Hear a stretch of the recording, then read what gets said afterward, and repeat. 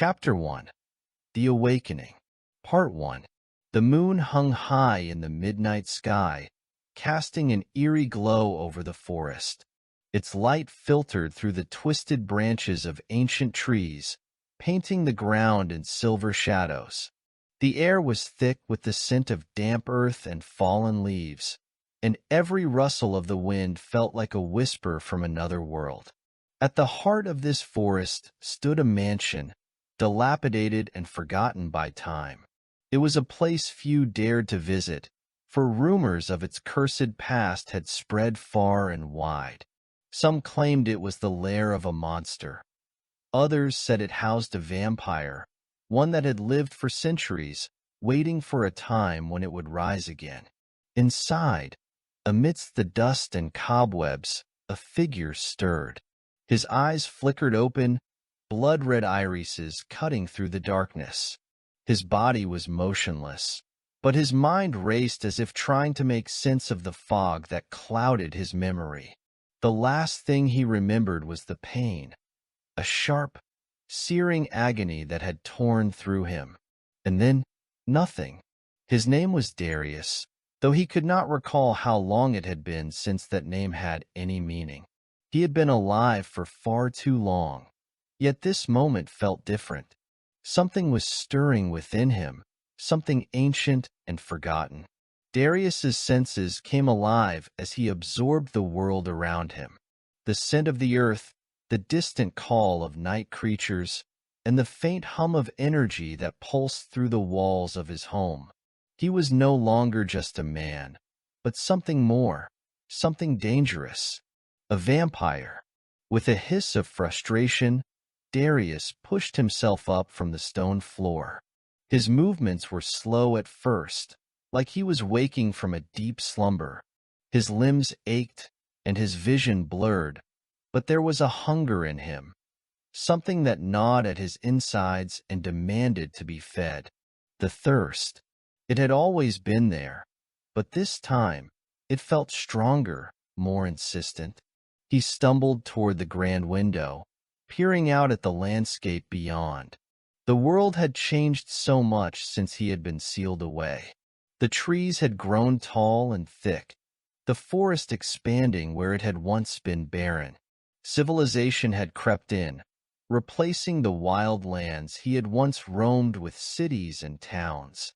He could smell the faintest traces of human life on the wind. It was intoxicating. His fangs gleamed in the reflection of the moonlight, and a low growl rumbled deep within his chest. The hunger would not be ignored. Part 2. Darius's eyes glowed brighter as the thirst clawed at him, gnawing at his very core. The world outside the mansion was filled with life, and every heartbeat, every breath, was a sweet symphony to his senses. He needed to feed, to silence the ache inside of him. His fingers gripped the windowsill, the wood splintering under the pressure of his unnatural strength. It had been too long. He turned away from the window, the decision made in a split second. The forest held the key to his salvation.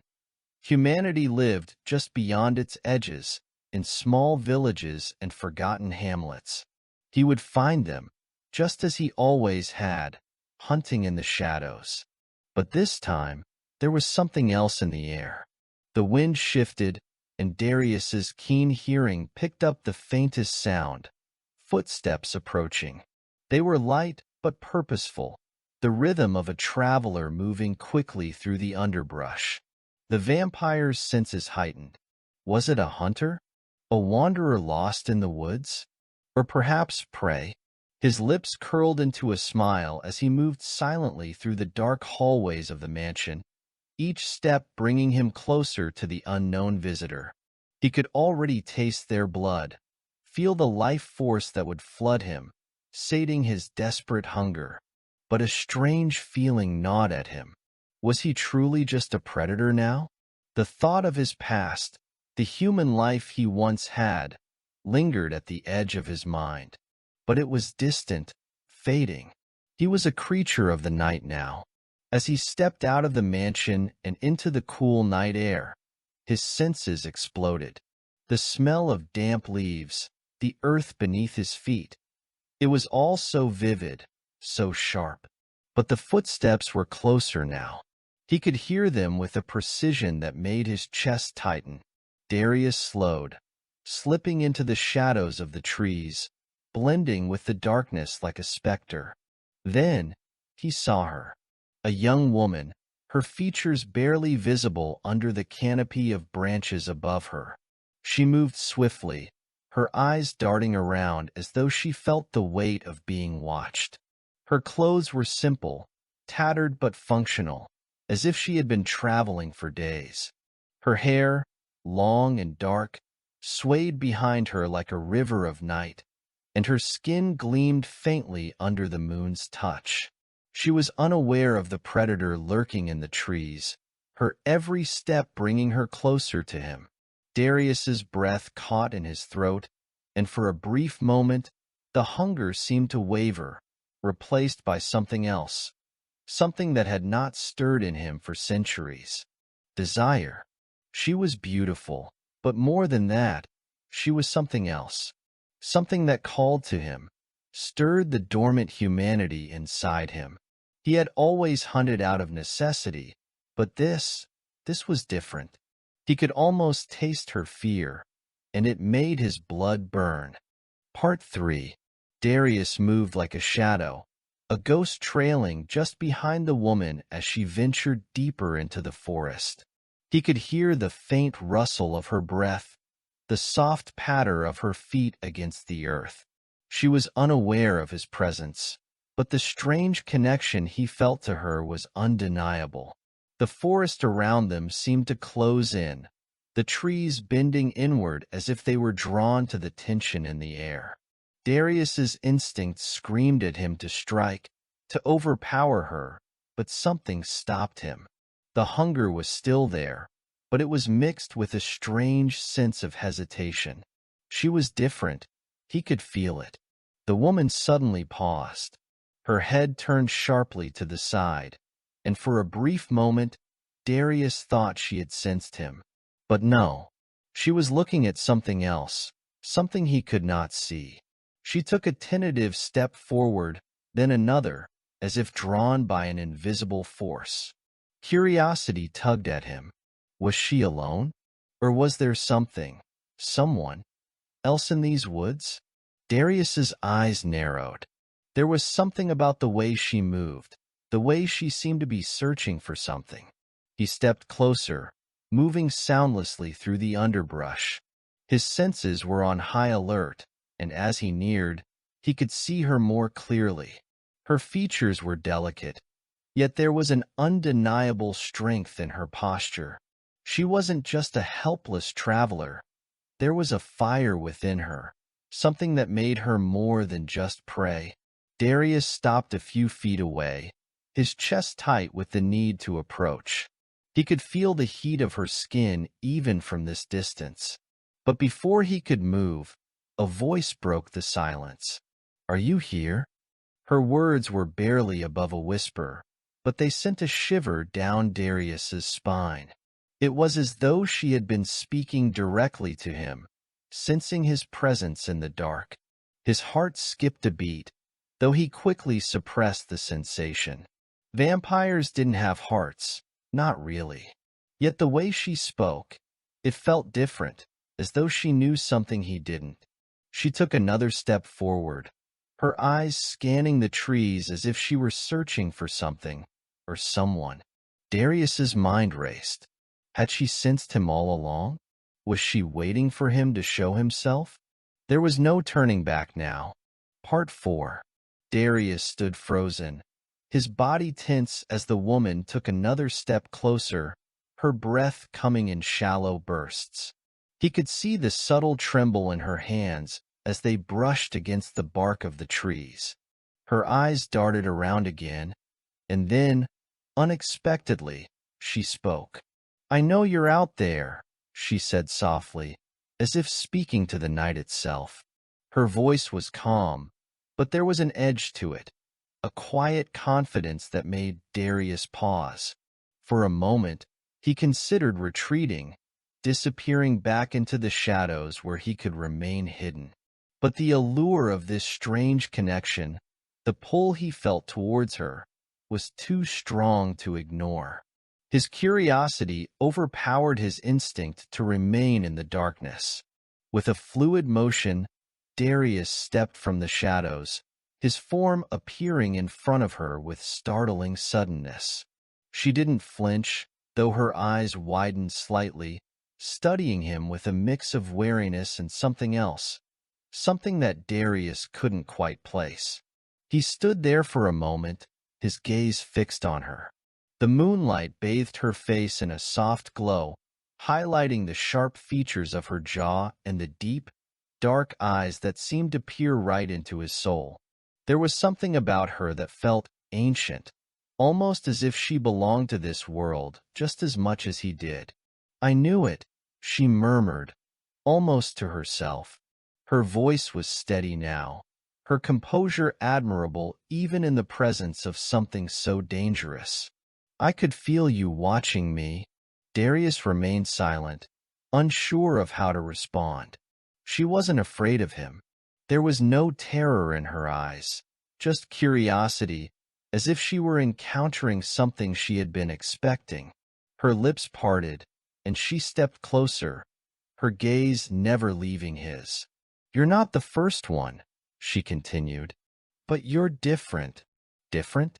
The words struck him like a blade, cutting through the haze of hunger and desire that clouded his thoughts.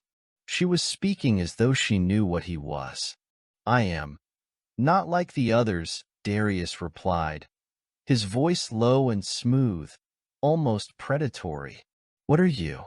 Her expression shifted, a faint smile curling at the corners of her lips. "The question is not who I am," she said, her voice dropping to a near whisper, "but why you've come."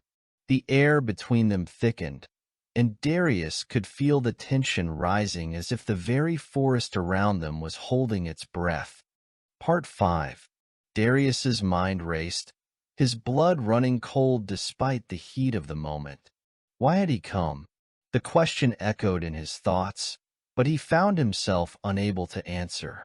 He was a creature of instinct, drawn to her for reasons he couldn't fully grasp. Was it merely the hunger? Or was there something more? Something in the air between them, something ancient and unspoken. The woman took another step forward, her movements deliberate and controlled. She was undeterred by his presence, unafraid of the creature of the night standing before her. "I know what you are," she said, her voice carrying a strange, knowing weight. "I can feel it in your blood. The power, the darkness. But you're not like the others." Darius narrowed his eyes. "What do you mean? What others?" Her lips curled slightly, her gaze never wavering. "There are those like you, vampires, creatures of the night. But not all of you are the same. Some are driven by the thirst, the need to consume. Others," she paused, her eyes flickering with something like pity. "Others are driven by something much darker." Darius's fangs itched at her words, a low growl building in his chest. He had never encountered someone who spoke of his kind with such understanding, such insight. "And which one am I?" She tilted her head, studying him carefully, as though searching for something in his eyes. "You don't even know, do you?" The words stung, though he couldn't tell why. His entire existence had been defined by survival, by bloodshed. He had always believed he was like every other vampire, an eternal creature trapped in a cycle of hunger. But this woman, she was different. She wasn't terrified of him. In fact, there was a strange sense of recognition in her gaze, as if she understood something he hadn't yet realized about himself. Darius stepped closer, his curiosity taking over. "What are you? How do you know what I am?" For the first time, she seemed to hesitate. Her eyes darkened, the faintest trace of uncertainty crossing her face before she masked it with a smile. I'm something that shouldn't exist in this world, but I do. And I know what you are because I've seen it before." Darius was silent for a long moment, the air thick with unspoken words. Her presence was disarming. She wasn't just a victim, not prey for him to feed on. There was power in her, and she carried a weight that felt older than the vampire himself. "I don't understand," he muttered, his voice barely above a whisper. The confusion in his chest was growing, mixing with the hunger that still gnawed at him. "What do you want from me?" She reached out slowly, her fingers brushing against his arm, sending a jolt of electricity through him. "I want you to remember," she said softly. "Remember who you were, and remember what you've become." Part 6. Darius stood still, her words hanging in the air like a spell. "Remember who you were." It was as if she had reached inside him, touching something buried deep within the recesses of his mind. His past, the human life he had lost to the darkness of vampirism, came rushing back in fragmented flashes. For a moment, he saw the face of a woman, not her, but someone from long ago. A flash of sunlight, a feeling of warmth, and the distant echo of laughter. His heartbeat, a slow, steady rhythm that no longer existed within him. The scent of fresh rain on cobblestones. Then it was gone, swallowed by the blackness that had consumed him. He gritted his teeth, the ache in his chest intensifying. "What am I?" The woman's fingers lingered on his arm, her touch light, almost reverent, as though she could feel his internal struggle. Her eyes, however, were steady and knowing. "You're still here," she said, almost to herself. "You haven't completely forgotten." "Not yet." Darius opened his mouth to speak, but no words came out. His throat tightened, a knot of confusion and frustration choking him. Who was he? He had lived for centuries, but the answers to his past felt like sand slipping through his fingers. The darkness had consumed everything, except this connection to her. She stepped back, giving him space to breathe. But Darius didn't move, his eyes locked onto hers. "What is this? Why do you know me?" The woman smiled, the expression both warm and melancholic. "Because you are not the first vampire to come to me. You are not the first one to seek answers, to search for redemption." Darius's mind raced. "Redemption?" He laughed bitterly. "What redemption is there for me? I am a monster." Her gaze softened, and she reached up to gently touch his face, her fingertips grazing the sharp planes of his features. "You think that's all you are? A monster? You are more than that, Darius. Much more." The sound of his name, spoken with such familiarity, startled him. How did she know him? How did she know that name? For the first time in what felt like an eternity, a flicker of hope stirred within him, a tiny spark in the darkness. "Tell me who you are," he demanded, his voice rough with a mixture of desperation and longing.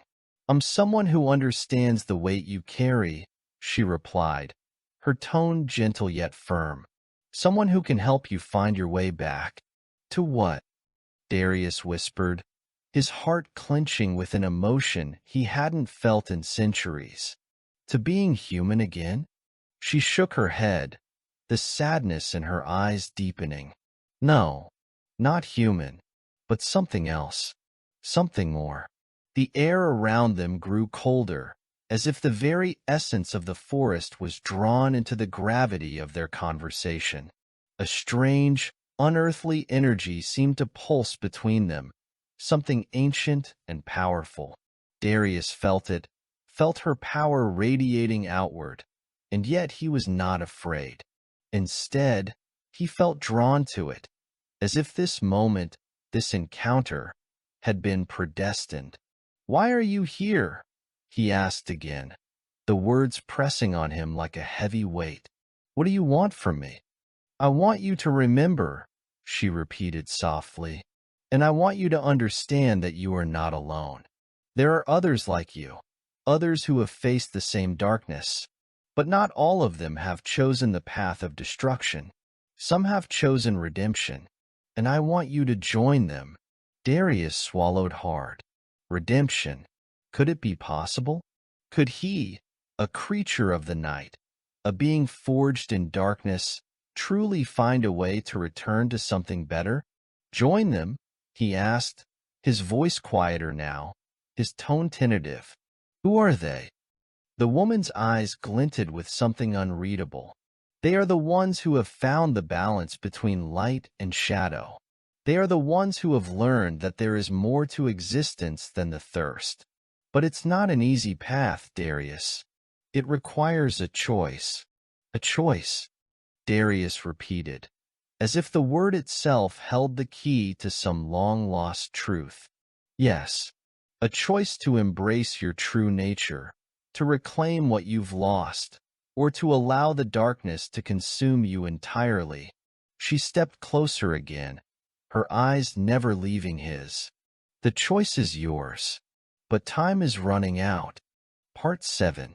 Darius stood motionless, the weight of her words sinking into him like a stone thrown into a deep, black lake. The darkness, the hunger, was that all he was? Was he doomed to be nothing more than a predator, a creature trapped in the endless night? Her words echoed in his mind. The choice. A choice to embrace your true nature, to reclaim what you've lost, or to allow the darkness to consume you entirely. His chest tightened with a sharp pang of uncertainty. He had lived as a monster for so long, existing only to feed, to survive. He had forgotten what it was to feel anything else, to care for anything else. The human part of him, the part that had once known love, warmth, and connection, felt like a distant memory, a fading dream. But the woman before him, she had sparked something inside him, a flicker of recognition, a glimmer of something more than the emptiness he had known for centuries. He stared at her, his eyes searching for answers. And if I choose to fight it, he asked, his voice hoarse. If I choose to reject the darkness, what happens then? Her smile was gentle, but there was a sharpness in it, an edge that spoke of the challenges that lay ahead. Then you must face the trials. The path is not easy, Darius. It's a journey of sacrifice, of understanding your own nature and accepting the truth of what you are. It will test you, break you, but in the end, you will find the balance between light and shadow. Darius murmured, his mind whirling. Was it even possible? Could he truly reconcile the two halves of himself?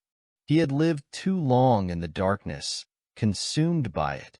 The thought of facing the light again, the thought of feeling something real, scared him in ways he couldn't fully explain. He clenched his fists, the desperation rising in him again. I've killed so many, taken so much life. How can I make up for that? How can I even begin to undo the damage I've caused?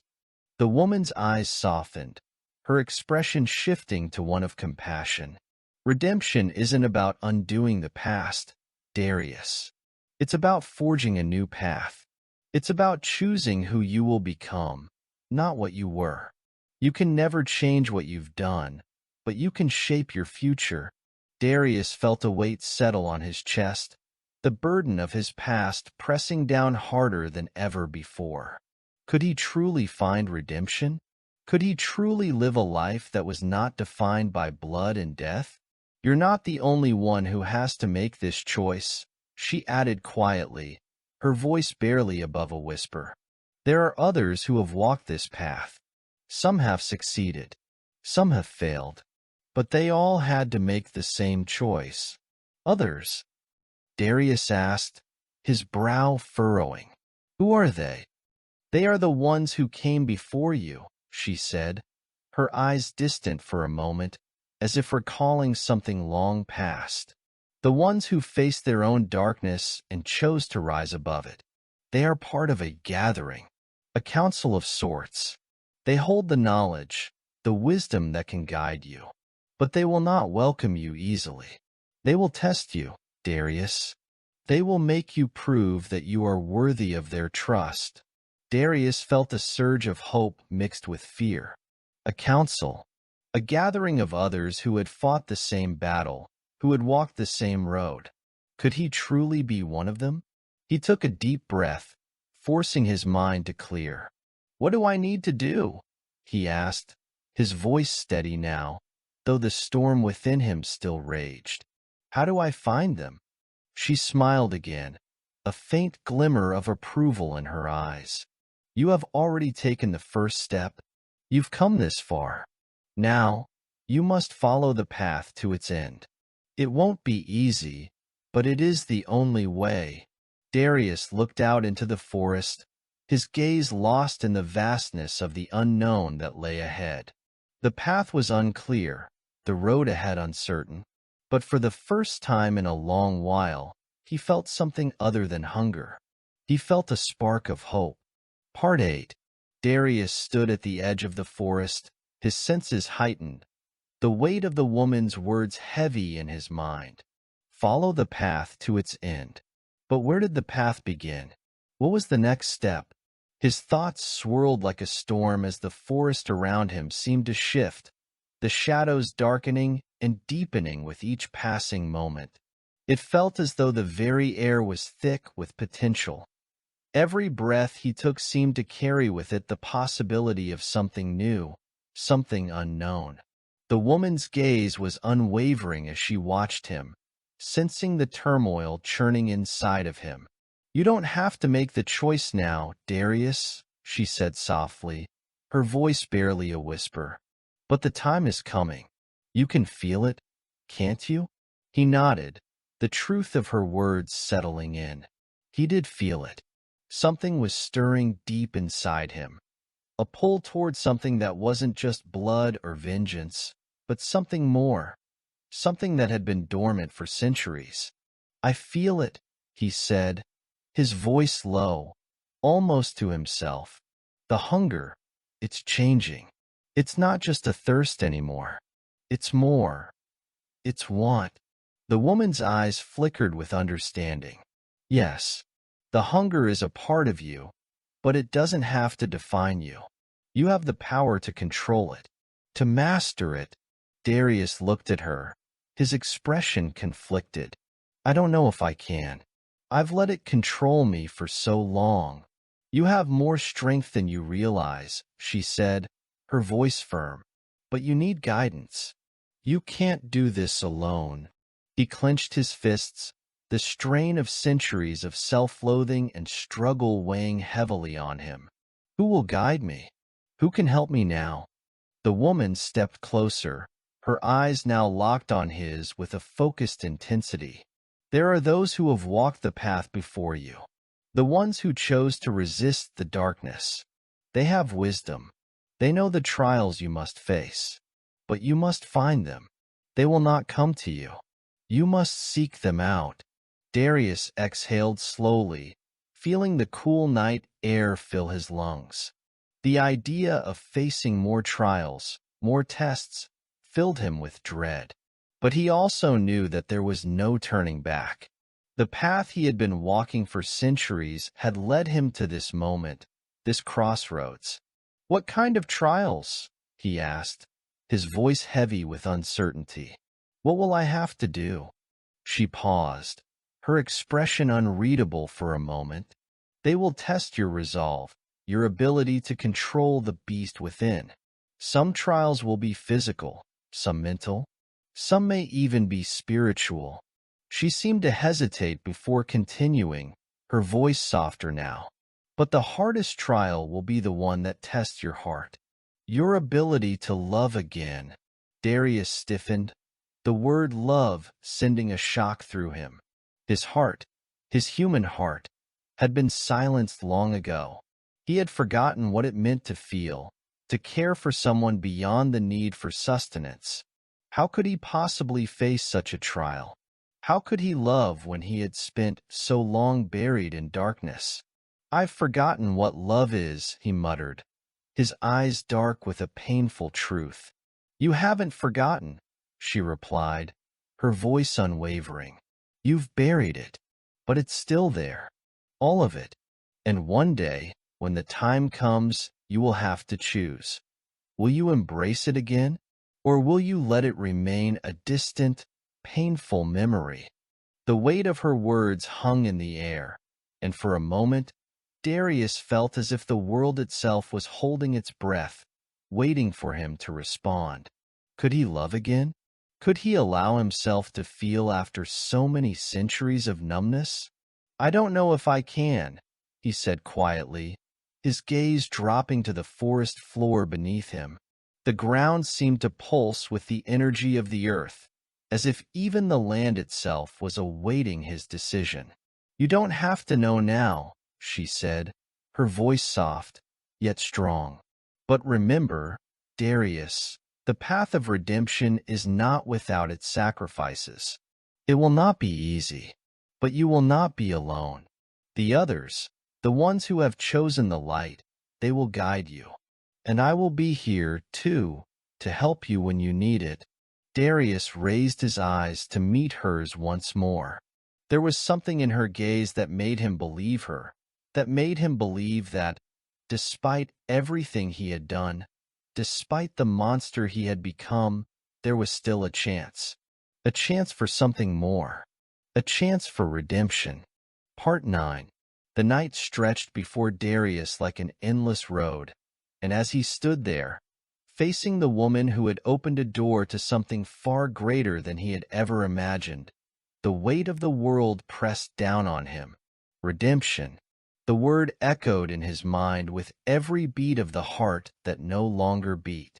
Could it really be possible? After all the years, the centuries of darkness, could he truly find the light? The woman, sensing his internal struggle, gave him a gentle nod, as if reassuring him that the journey was his to make, but it would not be without its cost. "Before you leave," she said softly, her voice carrying a sense of finality, "I must show you something. Something that may help you understand the choice that lies before you." Darius's gaze flicked up, his curiosity piqued. "What do you mean?" She took a step back and raised her hand, a subtle motion that seemed to stir the air around them.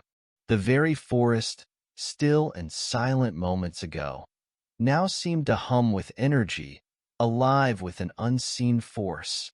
Slowly, the world around him began to shift, fading into an ethereal mist that cloaked the surroundings in a surreal glow. Darius blinked, his senses on high alert as the mist thickened. The forest dissolved entirely, replaced by a strange, unfamiliar place. The air was cooler here, filled with a different kind of stillness. The sky above was a swirling mass of dark clouds and strange, flickering lights. In the distance, he could see towering stone structures, ancient, worn, yet regal.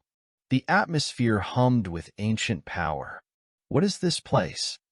Darius asked, stepping forward, his heart thumping in his chest as his gaze swept the surroundings.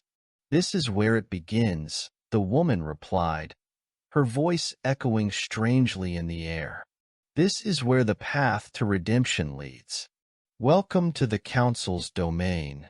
The realization struck Darius like a thunderbolt. The Council, the ones who had chosen the path of redemption, they were real, and this was their place, their sanctuary. He couldn't help but feel a sense of awe mixed with fear. Was he truly ready for what lay ahead? "I thought the Council was a myth," he murmured, looking around at the vast, foreboding landscape. "I didn't know it was real." "They were once a legend," the woman replied, her eyes darkening slightly. "But now they are the last hope for creatures like you." those who walk in the shadows but seek to find the light. You will find no refuge here, Darius. Only trials, only tests. She stepped closer to him, her eyes steady and knowing. But if you are worthy, if you prove yourself, you will find your place among them. And in time, you will understand the true power of balance. Darius swallowed, his throat dry. The weight of her words settled deep within him. A trial, a test. This was the beginning of his journey. But he was no fool. He had walked this earth for too long, seen too many fall to the darkness, to think that this would be easy. And if I fail? He asked, the question slipping from his lips before he could stop it. If you fail, she said quietly, her tone now carrying an undeniable edge of finality, then you will be lost to the darkness forever. There will be no coming back. The warning hit him like a cold wave, and for a fleeting moment, he felt a pang of doubt. The path ahead was treacherous. The stakes were higher than ever. But despite the fear gnawing at him, there was still that spark, still that sliver of hope. The possibility that he could reclaim what had been lost, that he could transcend his monstrous nature and become something more. Are you ready to begin? The woman asked, her voice a soft, yet firm challenge. Darius looked ahead at the towering structures in the distance, the swirling mists at his feet, and then back at her. The question hung in the air. Was he ready? Did he even have a choice? For the first time in centuries, Darius felt the stirring of something he hadn't felt in so long, purpose. A reason to continue. Yes, he said, his voice low but resolute. I'm ready. With those words, the mist swirled around them, and the path ahead became clear. His journey was about to begin, and there would be no turning back. Part 10. The moment Darius spoke, the world around him seemed to shift. The mists parted like curtains, revealing a vast, ancient courtyard bathed in an eerie twilight glow. Massive stone columns rose into the sky, their surfaces etched with symbols so old they felt like they belonged to another age, another world entirely. At the center of the courtyard stood a large, circular platform, surrounded by tall, imposing figures draped in dark robes. Their presence was overwhelming, suffused with power and an aura of ancient wisdom. The woman stepped forward, her movements graceful yet deliberate. These are the council, she said, her voice now quiet but imbued with a deep reverence. They are the ones who hold the knowledge you seek. They are the ones who will judge whether you are worthy of redemption. Darius swallowed hard, feeling the weight of the moment settle on him. The council, the very beings who had chosen the light, who had fought against the darkness. He had thought them to be myths, legends whispered among vampires. But here they were, standing before him, an unspoken promise of salvation or destruction. The robed figures did not move, did not speak, but Darius could feel their eyes on him, their scrutiny weighing on him like a heavy cloak. He could sense the power radiating from them, ancient and unfathomable. Each one of them exuded a presence that felt almost otherworldly, as if they existed beyond time and space. One of the figures, taller than the rest, stepped forward. His face was obscured by the hood of his robe, but his voice, when he spoke, was clear and commanding. "You have come," he said, his tone not quite questioning but acknowledging. "But do you truly understand what you seek, vampire?" Darius stood tall, meeting the shadowed figure's unseen gaze. "I seek redemption. I seek to control the darkness within me, to embrace the light." The figure's voice was heavy with an ancient weariness. Redemption is not a gift to be given, nor a title to be claimed. It is a path, a trial that will test every fiber of your being. You will face your darkest fears. You will confront the monster you have become, and you will fight against the very hunger that defines you. Darius felt a chill run through him as the words hung in the air.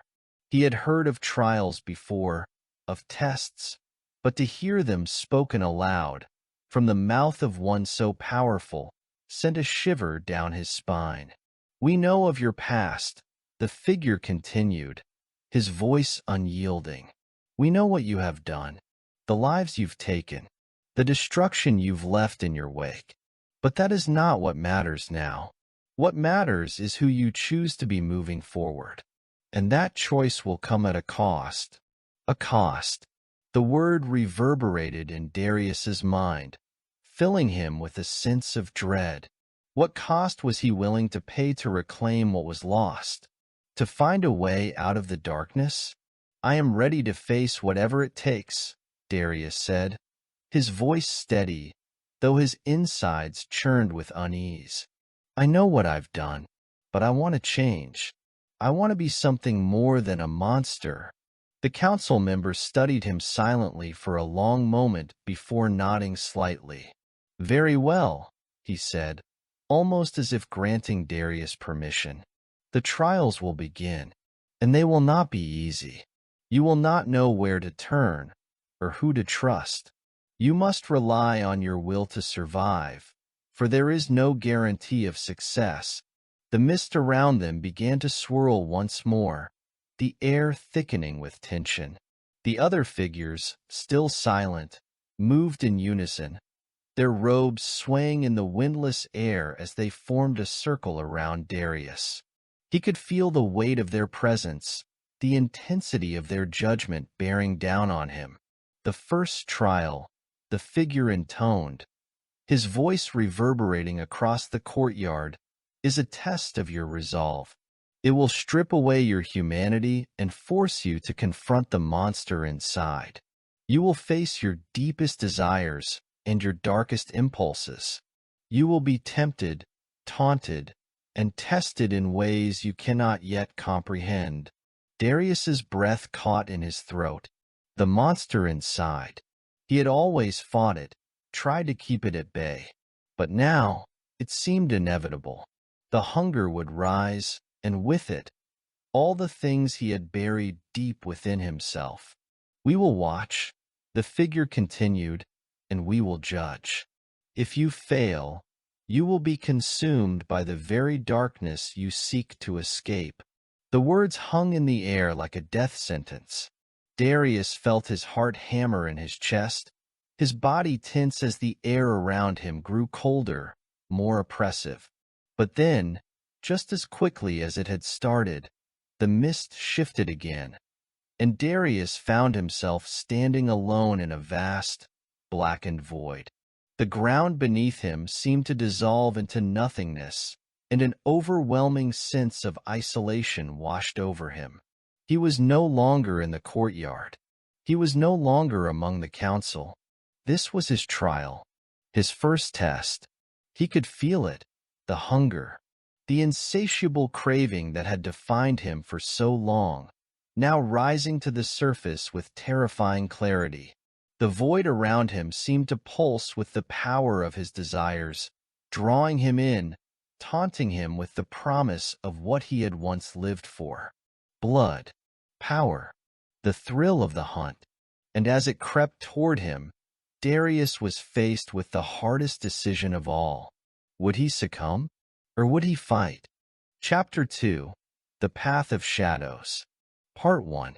Darius stood alone in the dark void, the hunger clawing at him, louder than ever before. It thrummed in his veins, an ancient, insistent beat that he had learned to live with, even if it had consumed his very soul. His senses were heightened, the air thick with the scent of blood, the weight of temptation pressing on his mind. The void around him seemed to stretch endlessly in all directions, an infinite darkness that reflected his inner turmoil.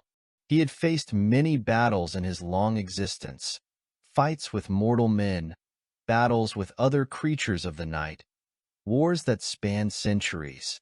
But this was different. The hunger was not something he could strike down with a sword or an attack of will. It was within him. It was a part of him, and it had been that way for as long as he could remember. He took a deep breath, though the air felt as though it was suffocating him. The trial had begun.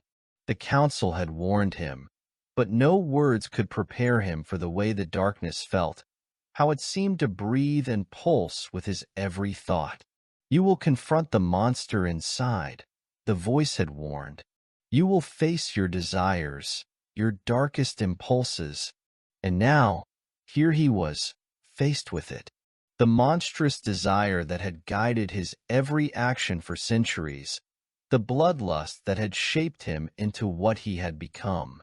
He could hear it now, echoes of all the lives he had taken, the screams, the thrill of each hunt. It was inescapable. But was it truly him? Was this hunger all that he was? Darius's mind whirled as the shadows around him seemed to grow, as if they were alive, moving toward him, feeding off his very thoughts. His body tensed, his fangs beginning to lengthen, his hands trembling with the urge to give in. The temptation was overwhelming. To give in was so simple. No more fighting, no more pain, just the sweet, undeniable satisfaction of blood. But then, a memory flickered, a fleeting image of a time long past. A face, a woman's face, her smile, her touch, humanity, his humanity, the part of him that had been buried so deep beneath the darkness, the part he had abandoned in his pursuit of power. Could he still feel that? Could he still remember what it was to be human, to love, to care? A voice broke through the darkness, quiet at first, then growing stronger, more familiar. You are not what you were. The voice was his own, yet it felt like a distant echo. You are not what you were. Darius felt his knees buckle, a weakness sweeping over him. The hunger pressed in from all sides, but something else stirred within him. It was faint, a whisper, but it was there. A choice. The shadows writhed around him, seeming to pull at his very soul, urging him to surrender to them. He could feel his body shaking, his breath coming in shallow gasps. He could feel the monster clawing within him, urging him to feed. But then, the words returned. You are not what you were. The hunger, though all-consuming, was only part of him. He could fight this. He had to fight this. With a violent snap, he tore his gaze away from the tempting darkness, focusing on the flickering memories of his past, the fragments of love and humanity that had once been his. They were faint, fragile, but they were there, and that meant there was hope. Darius clenched his fists, focusing every ounce of willpower on resisting the hunger. The shadows lunged at him, their tendrils reaching out as if to crush him, but he fought back, pushing through the darkness, forcing himself to stand tall. No, he growled, his voice hoarse and strained, but resolute. I will not be what I was. I will not be a monster. The shadows recoiled, retreating like smoke before a flame, as if they were repelled by the strength of his defiance. For a moment, the air grew still. The void seemed to hold its breath. But then, the darkness shifted again, as if acknowledging his resolve. A soft light began to appear in the distance, a flicker in the oppressive blackness. It was faint at first, but it grew, expanding outward until it surrounded him, warm and comforting. Darius's heart pounded in his chest as he took a step toward the light. It was not the bloodlust that called to him now. It was something else, something he had forgotten. It was hope. Part 2. The light that had appeared in the distance was small at first, almost like a candle's flame flickering in the wind. But as Darius stepped forward, it grew, expanding until it filled the void around him, pushing the darkness away like a rising sun. The shadows seemed to recoil from the light, unable to withstand its presence. And with every step Darius took, the warmth of that light wrapped around him, seeping into the very marrow of his bones. For the first time in what felt like an eternity, he felt something akin to peace. The hunger, though still present, was no longer in control. He could feel the power of his own will, stronger than the primal urges that had ruled him for centuries. As he walked toward the light, the emptiness around him began to take shape. The void started to solidify into something more familiar, an open field, lush with grass and trees. The air smelled of earth and growing things. Birds chirped in the distance, and the soft rustling of leaves in the breeze carried a strange calmness. It was almost too peaceful, too serene, a stark contrast to the oppressive darkness he had just left behind. He continued walking, each step bringing him closer to the source of the light. And there, standing in the center of the field, was a figure, a tall, regal figure draped in flowing robes of white. Their face was hidden beneath a hood, but there was no mistaking the presence they emanated. It was familiar in a way that Darius couldn't explain. It felt like home. "Who are you?" Darius called out, his voice still rough from the trial he had just endured. The figure didn't answer at first, simply standing motionless, as if waiting for him to approach. Darius's curiosity gnawed at him, but he didn't hesitate. He needed answers. He needed to understand what was happening to him, what path he was meant to walk. Finally, the figure spoke, their voice a soft, melodic sound that echoed through the quiet field. "I am a guide, a reflection of your true self, the one you've hidden for so long." Darius frowned, taking a cautious step forward. "My true self? What do you mean?" The figure raised a hand, as if to welcome him. "You've lived in the shadows for so long, Darius. You've embraced the darkness, thinking that it was all you were. But beneath that darkness, there is light, and you must find it, not by denying the beast within you, but by learning to coexist with it, to balance both sides of your nature." Darius's heart raced. "Balance? You want me to accept both sides of myself? The monster I've become?" The figure nodded. "Not accept, but understand. The hunger within you is not your enemy. It is a part of who you are. It is the force that drives you, that gives you strength. But it must be tempered with something more. Compassion, control, love. These are the things that make you whole. You cannot destroy the darkness, Darius, but you can learn to use it as a tool, not a weapon." Darius shook his head, trying to process the words. It was overwhelming. For so long, he had thought of himself as nothing but a predator, a creature of the night whose only purpose was to feed, to hunt, to kill. The idea of balancing that nature with something like compassion or love seemed impossible. How could he, a vampire, ever feel those things again? The figure seemed to sense his doubts, and they stepped closer, their presence warm and comforting. "You can, but first, you must face what you fear the most. You must confront the one thing you've been running from, yourself." At that, the light surrounding Darius began to flicker, the serene field starting to distort. The trees began to twist, the ground beneath him shifting as if it were alive. The calmness was gone, replaced by an intense, pulsating energy that filled the air. The figure raised a hand, and the world around them seemed to bend. "Prepare yourself, Darius," the figure said, their voice taking on a more urgent tone. "This is the next trial. the one that will determine if you can truly embrace the light within you. The ground beneath his feet cracked, and Darius felt his body being pulled, as if gravity itself was changing. He fought to maintain his footing, but it was futile. The world around him spun, and he was plunged into darkness once more. Part 3. The sensation of falling was disorienting. Darius's stomach lurched as he plummeted through the darkness, his body twisting and turning in midair, the world around him a blur of shadows. The void had swallowed him again, but this time it felt different. He was no longer in control, no longer aware of his surroundings. His mind raced, but it was as though there were no thoughts, only the feeling of falling, of being swallowed whole by the emptiness.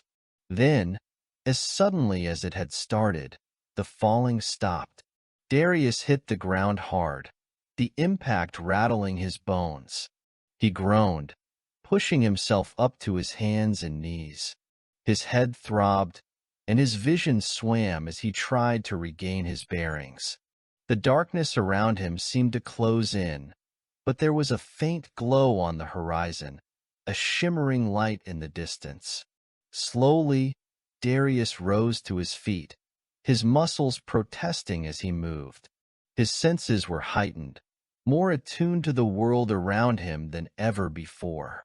His mind raced, struggling to understand what was happening. Where was he now? What trial awaited him here? He began walking toward the light, the ground beneath his feet rough and uneven, as if he was traversing a barren wasteland. The air was thick, almost suffocating, and there was a strange, oppressive feeling pressing in on him. The hunger had stirred once more, lurking just beneath the surface, but he pushed it down, focusing instead on the light that beckoned him. The glow grew brighter with each step, and soon, he found himself standing at the edge of a vast chasm. The light came from across the abyss, from a towering, ornate structure on the far side. It looked like a temple, ancient and imposing, its spires reaching toward the sky. There was something hauntingly beautiful about it, yet Darius couldn't shake the feeling that something was terribly wrong. He hesitated, staring into the dark expanse between him and the temple. The chasm was wide, the depths impossible to see, the air swirling with an unnatural stillness. How was he supposed to cross? A voice echoed from somewhere behind him, sharp and cold, breaking the silence. "You've come far, vampire. But this is where the real trial begins." Darius whipped around, his heart hammering in his chest. There, emerging from the darkness, was a figure, a tall, shadowy silhouette, its face hidden by the hood of a dark cloak. The figure's presence was suffocating, filled with an energy that felt like pure malice. "You're not real," Darius snarled, taking a defensive stance. His senses were on edge, his instincts screaming at him to fight, to defend himself. The hunger stirred within him once more, whispering promises of power if he gave in, if he let the monster inside take over. The figure tilted its head, an eerie laugh escaping its lips. "Oh, I'm real enough. You've always known I was here. I am your fear. I am the reflection of your darkest impulses, the part of you that you've tried to bury." Darius's breath quickened, his eyes narrowing. This was no mere illusion. This was a manifestation of the very thing he had feared most, his own darkness. "You're wrong," Darius spat, his fangs flashing as he tried to push the darkness away. "You don't control me." The figure stepped forward, its cloak billowing like smoke, and a cold wind swept through the chasm. "Do you truly believe that, Darius? That you can fight me? I am a part of you. Every time you gave in to the hunger, every time you took another life, you let me grow stronger, The darkness surrounding him seemed to pulse, the air thickening with every word. Darius felt the hunger flare, a feral need rising within him, gnawing at his very soul. It was tempting, so tempting. He could feel the power, the strength, the freedom that came with embracing the darkness. It was the one thing that had always been his ally, the one thing that never betrayed him. But now, standing before him, was the manifestation of all that darkness, of all his deepest fears. And it was telling him that he was weak, that he would never be able to escape. "You can't hide from me," the figure whispered, its voice like a cold wind cutting through his chest. "You can never escape yourself." The shadows seemed to close in, the abyss before him growing deeper, darker. Darius's knees trembled, and for a moment he thought he might fall. The hunger clawed at him, whispering promises of release, of control. He was so close, just one step, one decision away from embracing it fully. But then, something inside him snapped. A memory, a fragment of the past, something he had almost forgotten. He remembered the woman from his past, her smile, her warmth, the way she had made him feel alive, human. He remembered the light. "No," Darius growled, pushing himself forward, his voice a low, defiant growl. "I won't be what you want. I won't let you control me." The figure's eyes narrowed, its features becoming more menacing. "You think you can fight me, Darius? You think you can deny your nature?" Darius's pulse quickened, his fists clenched as the hunger surged within him. But this time, he fought against it. He wasn't just fighting the darkness. He was fighting for his humanity. He was fighting for the chance to change, to find balance. "I choose the light," Darius said, his voice firm, his resolve unshakable. "I choose myself." With those words, the figure let out a screech of frustration, its form writhing and distorting. The darkness around Darius began to shudder, as if it were unraveling before his eyes. The chasm at his feet trembled, and the oppressive air seemed to lighten, just for a moment. But then, the voice of the figure echoed, filled with malice. "This is far from over, vampire. You cannot escape me." As the figure vanished into the shadows, the light from the temple shone brighter than ever. The chasm before him no longer seemed like an insurmountable abyss. Instead, it was a challenge, a test, and Darius was ready to face it. Part 4. Darius stood at the edge of the chasm, the distant temple now within reach, its glowing spires seeming to beckon him forward. The battle within him had been fierce, but for the moment he had won. The hunger still lingered, a growling beast chained deep inside him, but he had proven to himself that he could resist it for now. The shadows of doubt, however, still clung to the corners of his mind, their whispers like wind through a broken window. With a deep breath, he took a step toward the chasm's edge.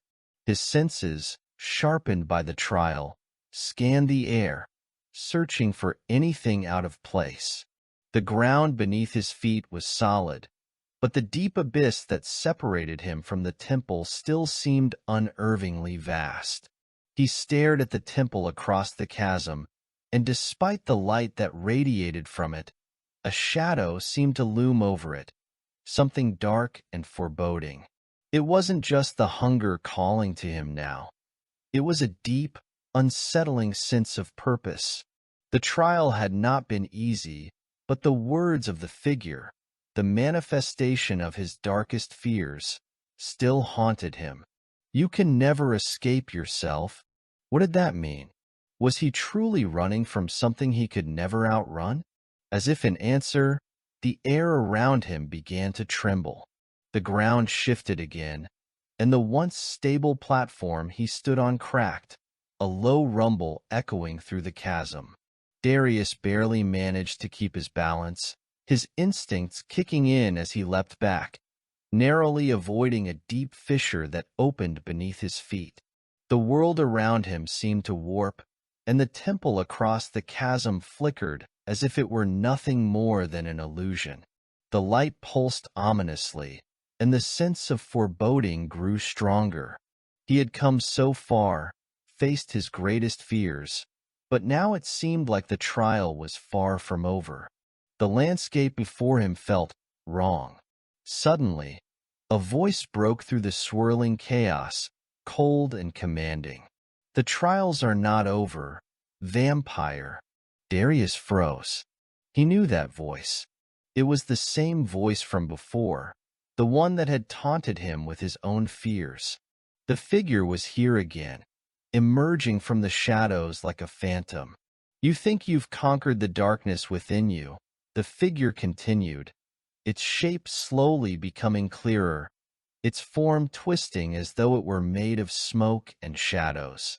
"But the truth is, it will never truly leave you. It is you, Darius. You cannot fight what you are." Darius's muscles tensed, but he refused to give in to fear.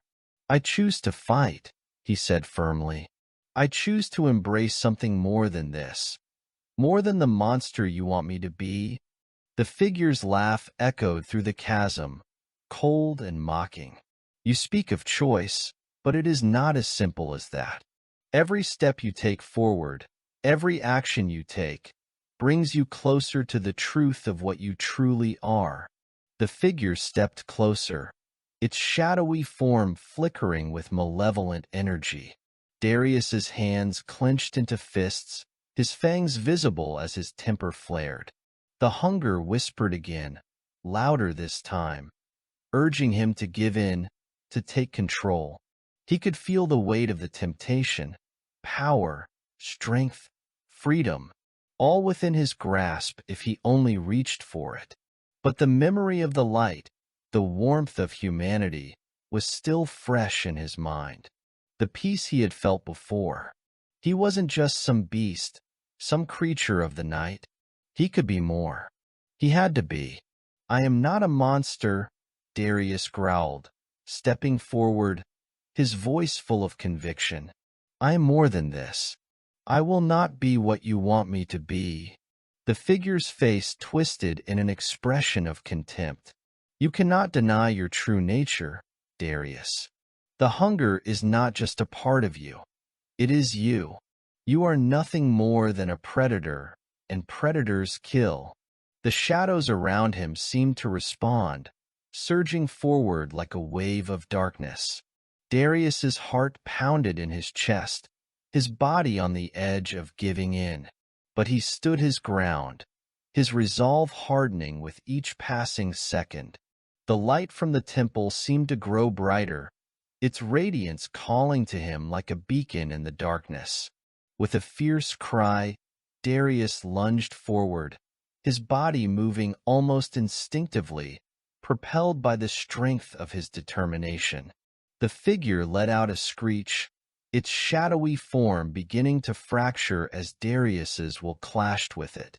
"I am not just a predator," Darius shouted as he pressed forward, his voice echoing with the power of his defiance.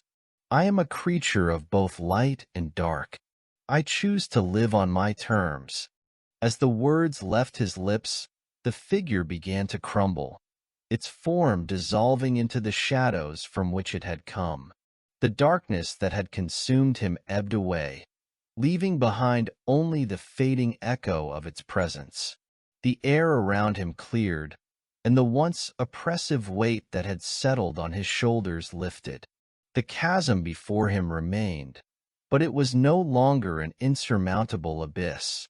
He could see now, clearly, that the path was not defined by the shadows or the hunger. It was defined by his choices. The choice to move forward, to embrace both sides of himself, but not let either one control him. Darius took a deep breath, the air feeling fresher now. The temple was still far across the chasm, but he could see the light more clearly than before. It was no longer an illusion. It was his goal, his purpose. And the only thing standing between him and that purpose was his own doubts. But with each step, he would prove to himself that he could walk the path of shadows and still find the light. Part 5. Darius took a slow, deliberate step forward, the sound of his boots muffled by the thick, eerie silence of the chasm. The light from the temple beckoned him, its radiance cutting through the darkness that still lingered in the air.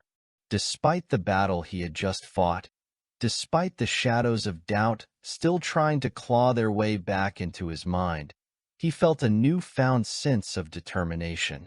For the first time in centuries, he was in control. The hunger still clawed at him, urging him to succumb, to give in to the power it promised, but he stood tall.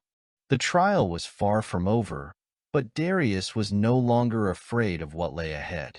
He would face whatever came with the same strength he had found within himself. As he crossed the chasm's edge, the air around him began to shift, a soft wind stirring the heavy stillness. He didn't know what awaited him on the other side, but he could feel the temple's pull. It was like the heartbeat of the world, calling him, offering him redemption or damnation, depending on what he chose. The path was narrow, winding, and flanked by towering stone walls that seemed to pulse with an ancient energy. The stones were weathered, their surfaces covered in intricate carvings that Darius couldn't quite make out in the dim light. Yet, as he walked, he could feel the weight of history in the air, as if the very earth beneath his feet had witnessed the rise and fall of countless beings, their struggles and victories all written in the silent language of stone. And then, ahead of him, the temple loomed larger, its spires reaching toward the sky, like the outstretched fingers of some long-forgotten god. Its architecture was grand and imposing, but also oddly familiar. The carvings on the stone walls matched those that had adorned his memories, the ones he had tried so hard to forget. As he drew closer, a strange sensation washed over him, a flickering of memory that he couldn't quite grasp. He was here before. He had been here long ago. But how? Why? Suddenly, the ground beneath him shifted again. The stone path cracked, and the walls surrounding him began to hum, their ancient energy awakening. The air thickened, and Darius felt a strange pull in his chest. His heart raced as he glanced around, searching for something, anything, to explain the growing sense of unease. Without warning, a figure appeared before him, blocking the entrance to the temple. It was cloaked in shadows, its features obscured, but there was no mistaking the weight of its presence. The figure was tall, and as it stepped into the light, Darius's breath caught in his throat. For a fleeting moment, he saw her, her face soft and radiant, a memory long buried in the depths of his mind. "You," Darius's voice faltered, his heart hammering in his chest. "I remember you." The figure smiled, but it wasn't a comforting smile. It was a smile that held the weight of centuries, of secrets, of a past Darius had desperately tried to outrun. "You remember me now, do you? How convenient." "No," Darius whispered, shaking his head. This can't be happening." But it was. The figure's presence was undeniable, and the memories were flooding back now, unbidden. He remembered the love they had shared, the tenderness, the promise of something more. He remembered the pain, the loss. He remembered what he had become after she was gone. "You think you've changed," the figure said, its voice soft but cutting, as if it could read the very depths of his soul. "But you are still the same, Darius. You've only buried the monster deeper, hidden him from yourself. You cannot outrun your past." Darius stepped back, his hands trembling at his sides. He wanted to reject her words, wanted to deny them, but deep down, he knew the truth. He had buried that part of himself, the part that had been capable of love, of compassion, but it had never truly gone away. It was always there, waiting, simmering beneath the surface. The darkness that had consumed him was never fully quelled, only hidden behind the illusion of control. "No," Darius shouted, his fists clenched at his sides. "I've changed. I will change. I'm not the same man I was." The figure chuckled, a sound that was as cold as the grave. "You will change, Darius. But you must face what you've done. You cannot move forward until you accept the truth." The shadows around the figure shifted, coiling like serpents. The air grew thick, oppressive, and Darius felt the weight of his past press down on him. The hunger surged again, louder this time, an insistent whisper urging him to give in. But Darius stood tall, pushing back against the tide of darkness. "I've faced the darkness before," he muttered, more to himself than to the figure. "I will face it again, and I will control it." "You cannot control it," the figure replied, its voice low and steady. "You can only contain it. You will never be free of it. You will never be free of me." A sharp pain lanced through Darius's chest as the figure's words settled into his soul like a shard of ice. He staggered, but only for a moment. The hunger roared inside him, but now it was different.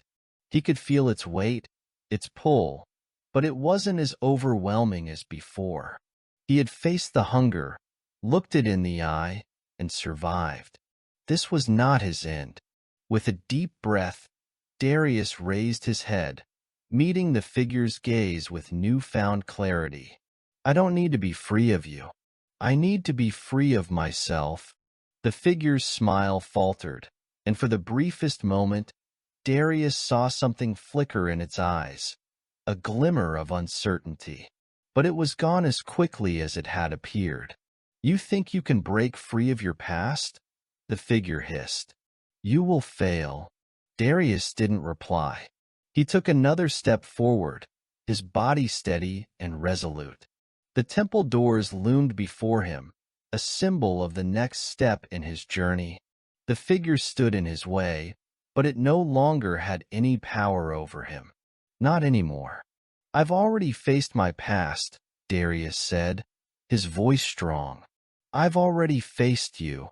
And with that, he moved forward, his path clear, his purpose stronger than ever before. Part 6.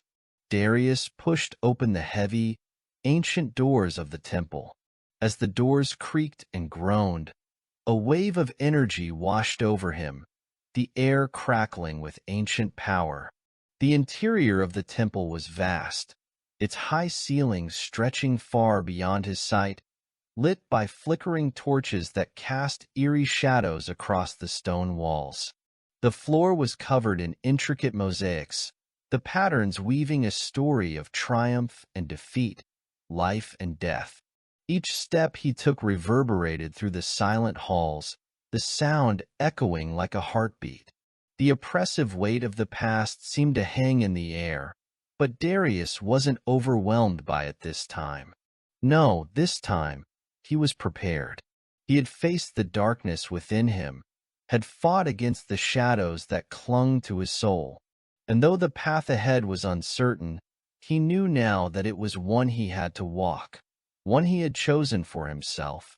At the far end of the temple, a single figure stood, bathed in light. It was not the shadowy presence of his past, nor the manifestation of his fears. This was different. This was someone, or something, that seemed to radiate an otherworldly power. Darius's instincts flared, his body on alert. He could feel the power of this being even before it spoke. "You've come far, Darius," the figure said, its voice like the wind, soft yet commanding. But your journey is far from over. The figure stepped forward, and Darius's heart skipped a beat. It was a woman, tall and regal, with silver hair that cascaded down her back like a river of moonlight. Her eyes glowed with an ethereal light, and her presence exuded both serenity and strength. She wore a gown of shimmering fabric, the colors shifting and changing like the surface of a calm ocean. There was an air of majesty about her, something ancient, yet ageless.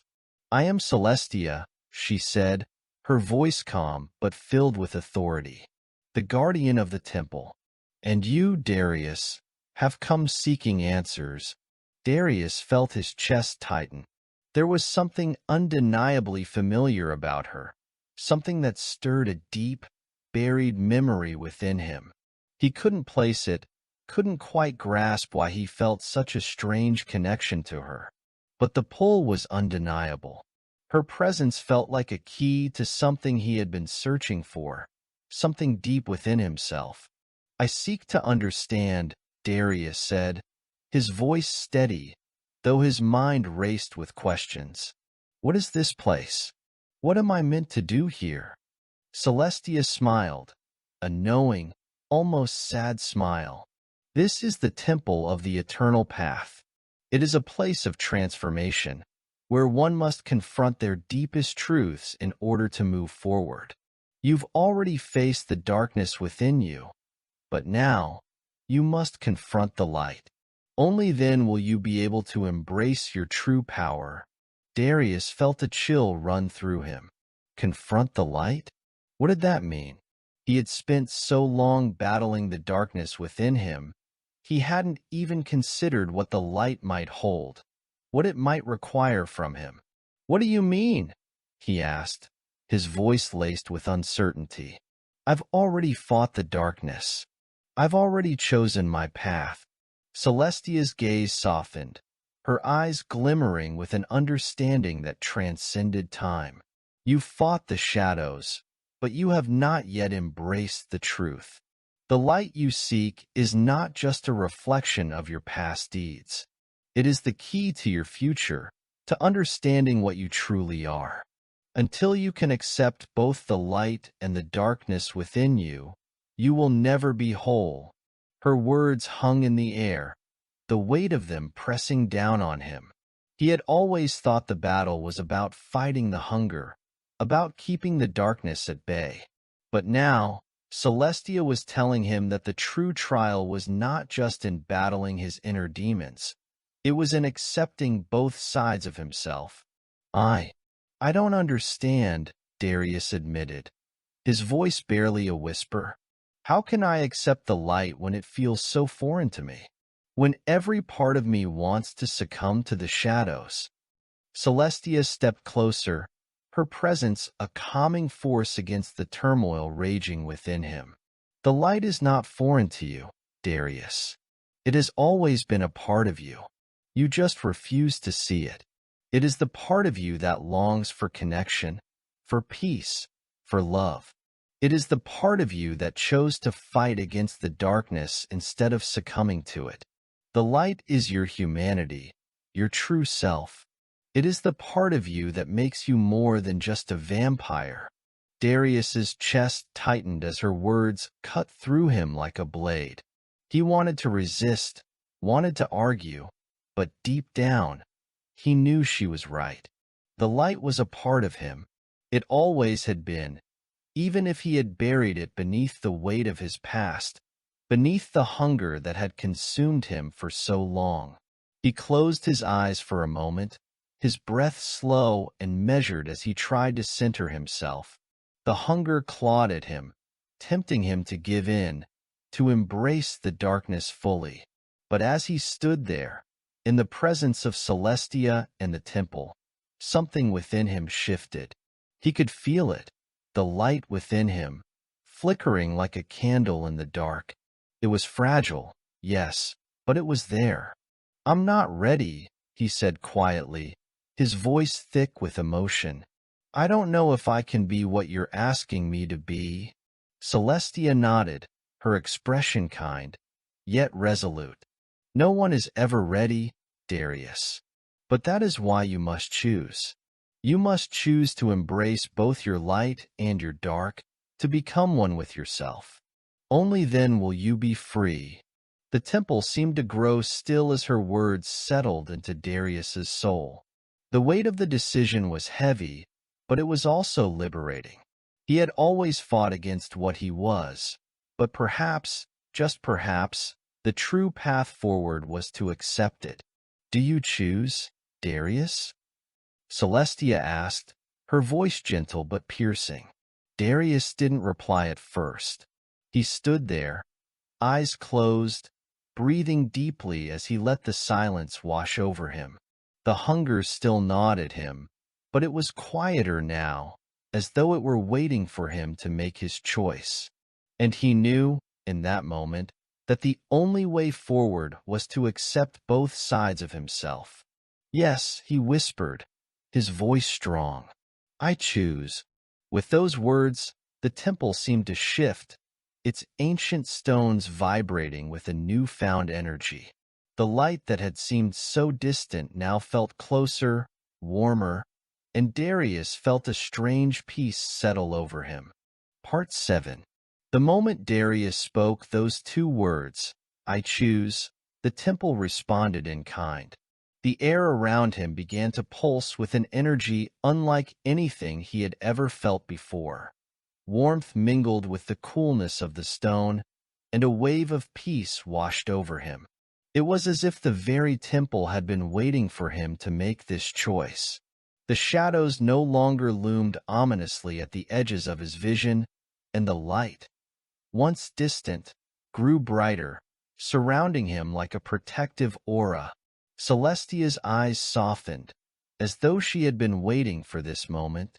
Her expression was one of quiet satisfaction, but there was also a sense of relief, as though the weight of 1,000 unspoken expectations had been lifted from her shoulders. You have made the right choice, Darius, she said, her voice filled with warmth. But remember, the journey does not end here.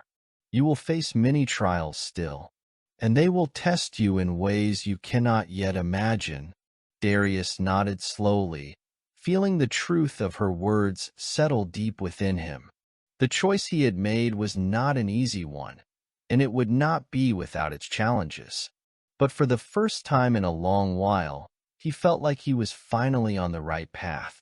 He could feel the balance of light and darkness within him, a delicate equilibrium that he had never known before. How do I continue? He asked, his voice steady but filled with the uncertainty of the unknown. What is the next step? Celestia's eyes glinted with understanding. You must walk the path before you. Trust in your ability to wield both your light and your darkness. You are neither one nor the other, Darius. You are both, and therein lies your strength. But you must learn to use it wisely. Darius absorbed her words, the weight of them sinking into his bones. He had always been afraid of the darkness within him, always wary of what it could lead him to do. But now he realized that the light alone wouldn't save him. He needed both. It was the only way he could truly be whole. The trials you face will test the strength of your will, Celestia continued, her voice soft yet unyielding. You must learn to trust in yourself. The journey ahead will take you to places you may not want to go. You will encounter those who wish to use your power for their own ends. You must not lose yourself, Darius. Do not let others define your path. Darius felt a flicker of doubt stir within him, but he pushed it aside. He had already come so far. He had made the choice to face his demons, to accept both the light and the dark within him. He could not turn back now. I will not lose myself, he vowed, his voice firm. I won't. Celestia smiled, a faint glimmer of pride in her eyes. I believe you, Darius. Now, go. Your journey is far from over. With those final words, she stepped aside. and the path forward became clear. The temple stretched before him, its grand halls leading deeper into the heart of its sanctum.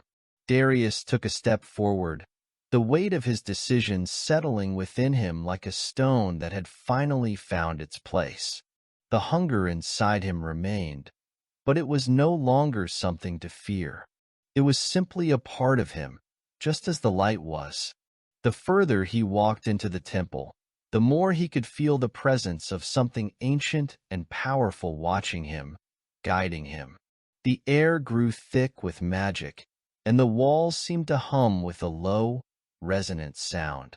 The temple was alive with energy, as if it had been waiting for him to arrive, to make his choice, to embrace what he truly was. At the center of the temple, he found an altar. It was massive, carved from stone and inscribed with runes that glowed faintly with a silver light. The air around it pulsed with a deep, unyielding power, and Darius could feel its pull in his chest. It was here, in the heart of the temple, that the next phase of his journey would begin.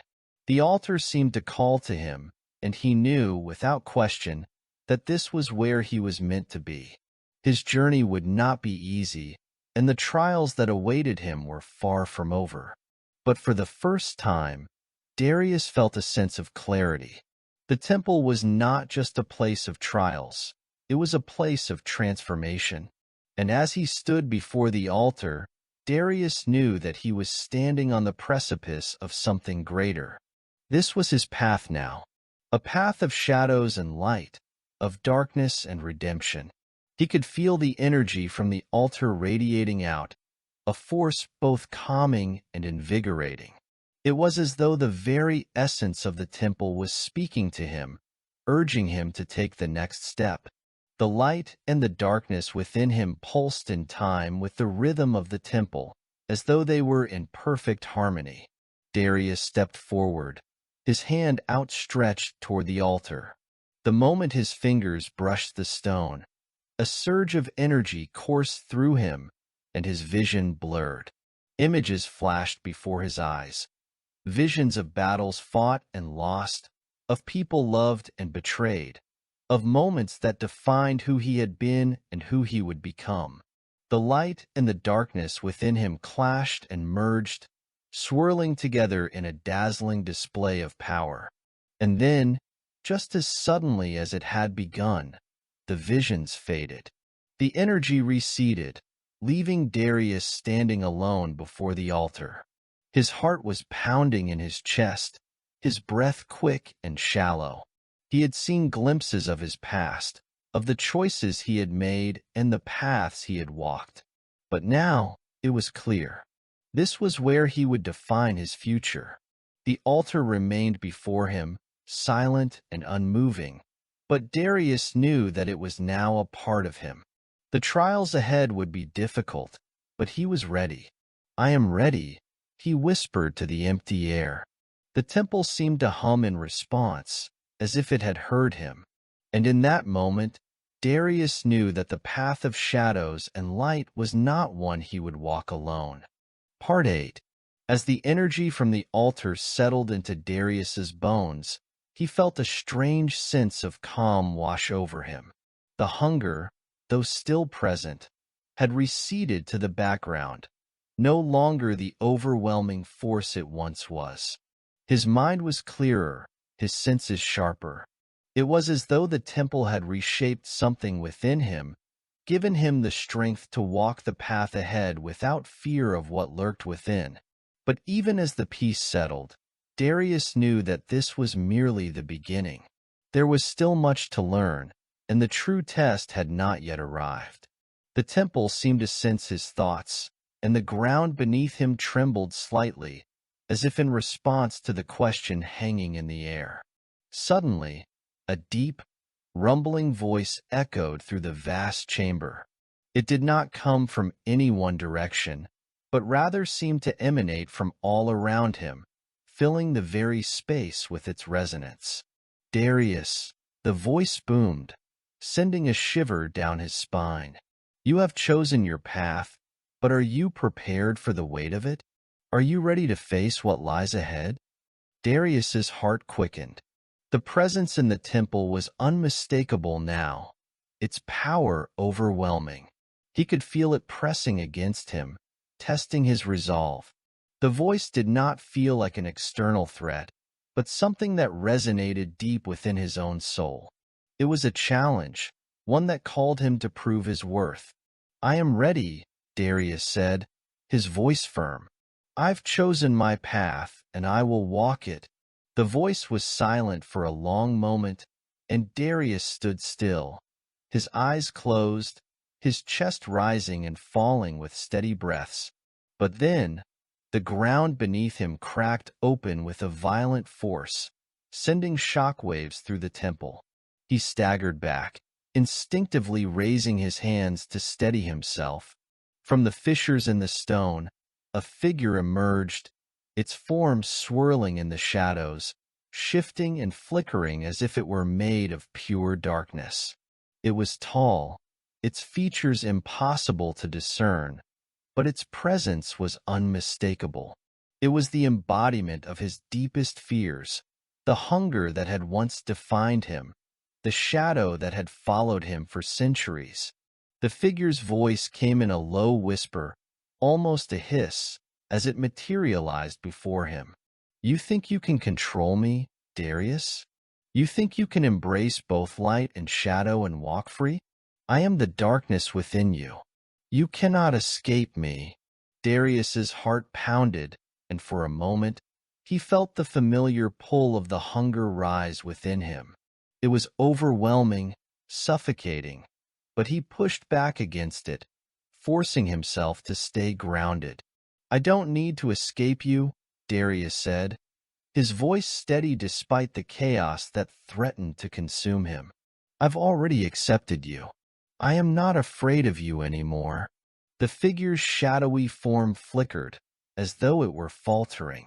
It recoiled for a brief moment, as though taken aback by Darius's words.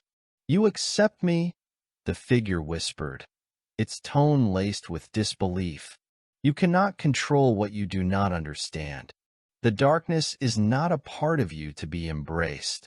It is a force that devours everything in its path. Darius took a step forward, his eyes locked onto the shifting figure. I've spent my life running from you, trying to suppress you, to pretend you don't exist. But the truth is, you are part of me, and I've learned that I can't fight you by denying you. I have to face you, accept you, and use you. The darkness seemed to waver, its form trembling at Darius's words. For the first time, it seemed uncertain, as if unsure how to react to this shift in the dynamic between them. Darius's heart raced, but he didn't falter. He had made his choice. He had chosen the path of shadows and light, and he would not let the darkness consume him any longer. You cannot control me, the figure hissed again, its voice growing stronger. I will always be with you.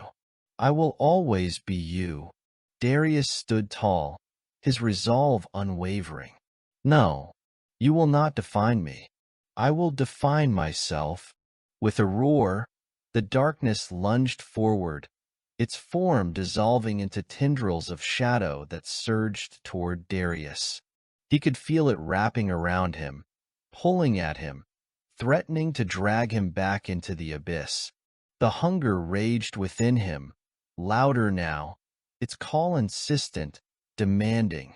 But Darius closed his eyes, taking a deep breath. He centered himself in the light that still burned within him. The warmth of the temple, the clarity of his choice, everything he had worked for surged through him. The darkness lashed at him, but he did not fight it. Instead, he embraced it. He reached deep within himself, allowing the hunger and the light to merge, to balance each other. The darkness coiled around him, but it no longer had control. He was no longer a slave to it. With a single thought, he commanded it, just as he had commanded the light. The shadows wavered, and for a brief moment, they seemed to recoil, as though recognizing the power Darius had claimed. The figure, its form now a distorted mass of darkness, hissed in frustration. "You cannot be both," it spat. "You cannot walk both paths." Darius opened his eyes, and the darkness seemed to shrink back from his gaze. "I can be both. I will be both. I will walk the path of shadows and light, not as a slave, but as their master." With those words, the shadowy figure dissolved into the air, vanishing like smoke in the wind. The silence that followed was profound, like the calm after a storm. The air in the temple shifted again, and Darius felt the weight of his victory settle over him. The hunger was still there, but it no longer controlled him. He had learned to control it, to wield it. For the first time in centuries, Darius felt whole. Part 9. The temple fell into a quiet stillness after the darkness was banished, a silence that resonated deeply within Darius. His breathing slowed, the rapid beat of his heart calming as the tension in the air lifted. The weight of the presence that had once threatened to consume him was now gone, replaced by something else, something new. It wasn't just peace that filled the space, it was power. The power that came from accepting both the light and the darkness within himself, from recognizing that neither side of his nature could be ignored.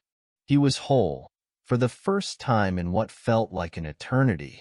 As he stood in the heart of the temple, the hum of ancient energy seemed to vibrate through the stone walls, almost as if the very temple was acknowledging his victory. The altar before him glowed brighter, its silver runes pulsating with a rhythmic cadence. There was a sense of completion in the air, but also of anticipation. The path ahead was still unknown, but Darius knew that whatever came next, he would face it with a strength he hadn't known he possessed. Then, from the farthest reaches of the temple, a figure approached, a tall man draped in dark robes that billowed as he moved. His face was hidden beneath a hood, but the air around him crackled with an unsettling energy. Darius's instincts flared, his body tensing as the stranger drew nearer. The man stopped several feet from Darius, and though his face was still obscured, Darius could feel the weight of his gaze, the intensity of his presence. There was something about him that felt familiar, but not in the way that Celestia had felt familiar. This was different, darker. "Darius," the man said, his voice smooth and cold, like a blade sliding through the air. "You have made your choice, haven't you?" Darius's hand instinctively went to the hilt of his sword, but he kept his posture relaxed, wary but not defensive.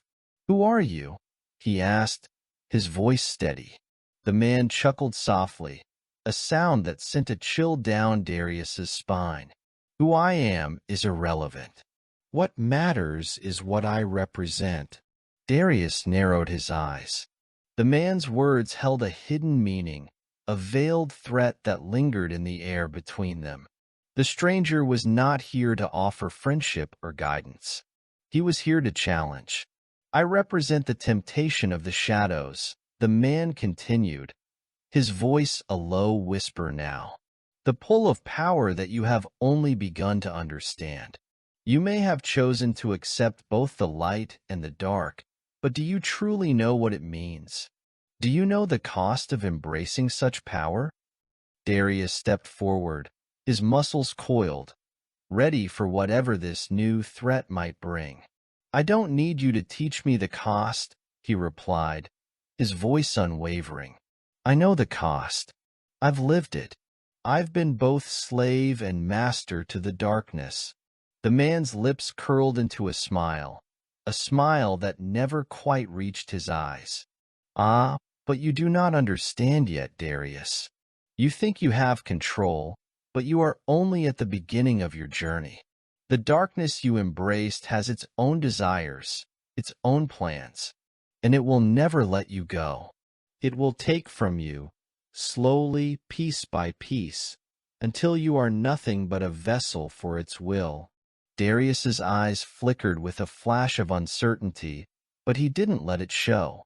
He had made a choice, and he wasn't going to back down now.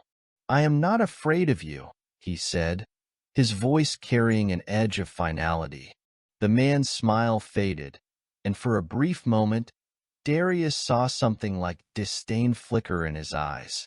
"You should be," he said coldly. "The darkness is a beast that cannot be tamed. It will consume you if you let it, and it will start by testing your every weakness." Without another word, the man stepped backward, his form dissolving into the shadows, disappearing as quickly as he had appeared. The silence that followed his departure was deafening. Darius stood motionless, his mind racing with the cryptic words the man had spoken. The temptation of the shadows, the pull of power. Darius shook his head, unwilling to give in to the uncertainty the stranger's words had sparked. He had faced the darkness and survived. He had chosen this path, and he would not be swayed by vague threats. The shadows were part of him now, but they would not control him. He had mastered them, but as he stood there, alone in the temple, he couldn't help but wonder, was the man right? Was there a cost to the power he had embraced that he had yet to understand? The thought gnawed at him, but he shoved it aside. He had no time for doubt. He had chosen his path, and nothing would take that from him. He turned away from the altar, the weight of his decision still heavy in his chest, but tempered with the knowledge that he was no longer the man he had been. He was something more, something dangerous. And whatever trials lay ahead, he would face them with the power of both light and shadow at his command. Part 10. Darius took a deep breath, the cool air of the temple filling his lungs as he gathered his thoughts. The lingering presence of the shadowy figure had left a mark on his mind, but he would not let it define him. The man's words were a warning, a test to see if he would falter. But Darius had come too far to let fear or uncertainty undo the progress he had made. As he walked through the temple's grand hall, the ancient stones beneath his feet seemed to pulse with a low, steady rhythm, almost as if the temple itself was alive, aware of his every step. The walls, covered in intricate carvings and glowing runes, whispered in the silent air. Messages from a past long forgotten, perhaps, or a future yet to unfold. The flickering lights from the sconces on the walls cast long shadows across the path ahead. Each step Darius took felt like he was moving closer to something unknown, yet inevitable. He could feel the eyes of the temple upon him, as if it was watching, waiting for him to make his next move. And then he heard it, the sound of footsteps behind him, echoing in the vastness of the hall. He froze, instinctively reaching for the hilt of his sword, but before he could draw it, a voice rang out, smooth and commanding. "Do you always walk with such caution, Darius?" Darius turned to see Celestia standing behind him, her white robes flowing around her like the very light of the temple. Her presence was as serene as it was powerful, a contrast to the darkness that had just threatened to consume him. She smiled, a gentle curve of her lips, but there was something in her eyes that spoke of unspoken knowledge. "I was not expecting you," Darius said, his hand slowly falling away from his sword. "What brings you here?" "I never truly left," she replied, her voice soft but with a certain weight to it. "I have been here, in the shadows, watching, waiting for you to realize the power you hold. And now, it seems you have come to a crossroads." Darius raised an eyebrow. "Crossroads?" Celestia nodded. "The darkness you have chosen is not something that can be taken lightly. I have seen many before you, and I have watched as they lost themselves in it. The balance you seek is fragile. If you are not careful, it will break, and you will fall into the same abyss that claimed them. Darius felt a sharp pang of doubt, but he refused to show it.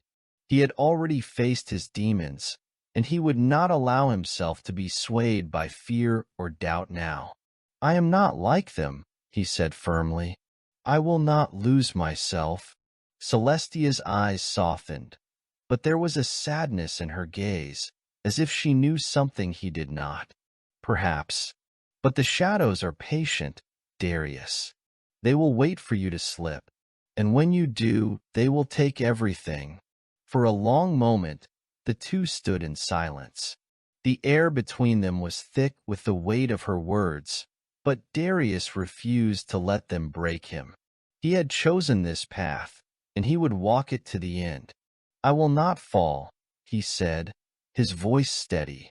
"I've already walked through the darkness. I've faced it and come out the other side." Celestia studied him for a moment, her expression unreadable. "I hope you are right, Darius. But remember this, the path you walk is not just yours. There are others who will seek to control you, to use you for their own purposes." Darius's eyes narrowed. "What do you mean?"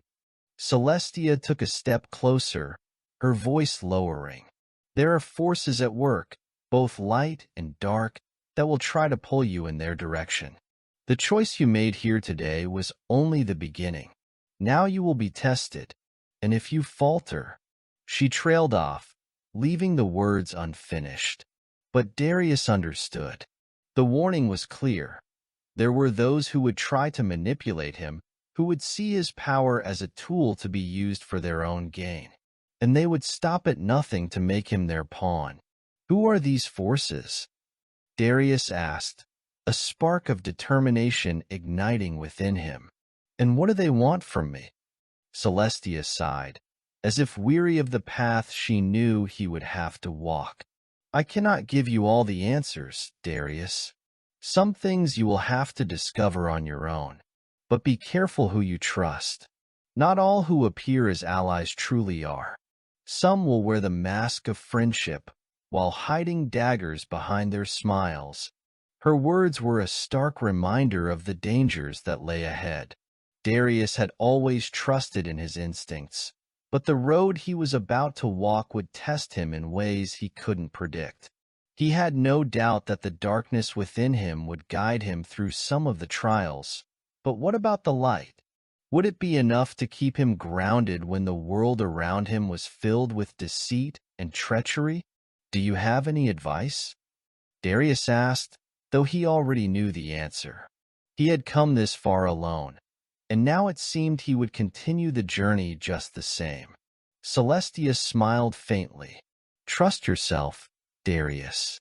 And remember, the light is not something to fear, just as the darkness is not something to suppress. They are both within you. Use them, and they will be your strength. Fail to understand them, and they will destroy you." With that, she turned and began to walk away, her robes flowing behind her like a gentle breeze. Darius watched her go, the weight of her words settling over him like a cloak. The path ahead was uncertain, and the dangers were many, but he was not afraid. Not anymore. He had made his choice. He would walk the path of shadows and light, no matter where it took him. And whatever came next, he would face it with the power he had claimed, an undeniable force that no one could take from him. Chapter 3. The Final Confrontation.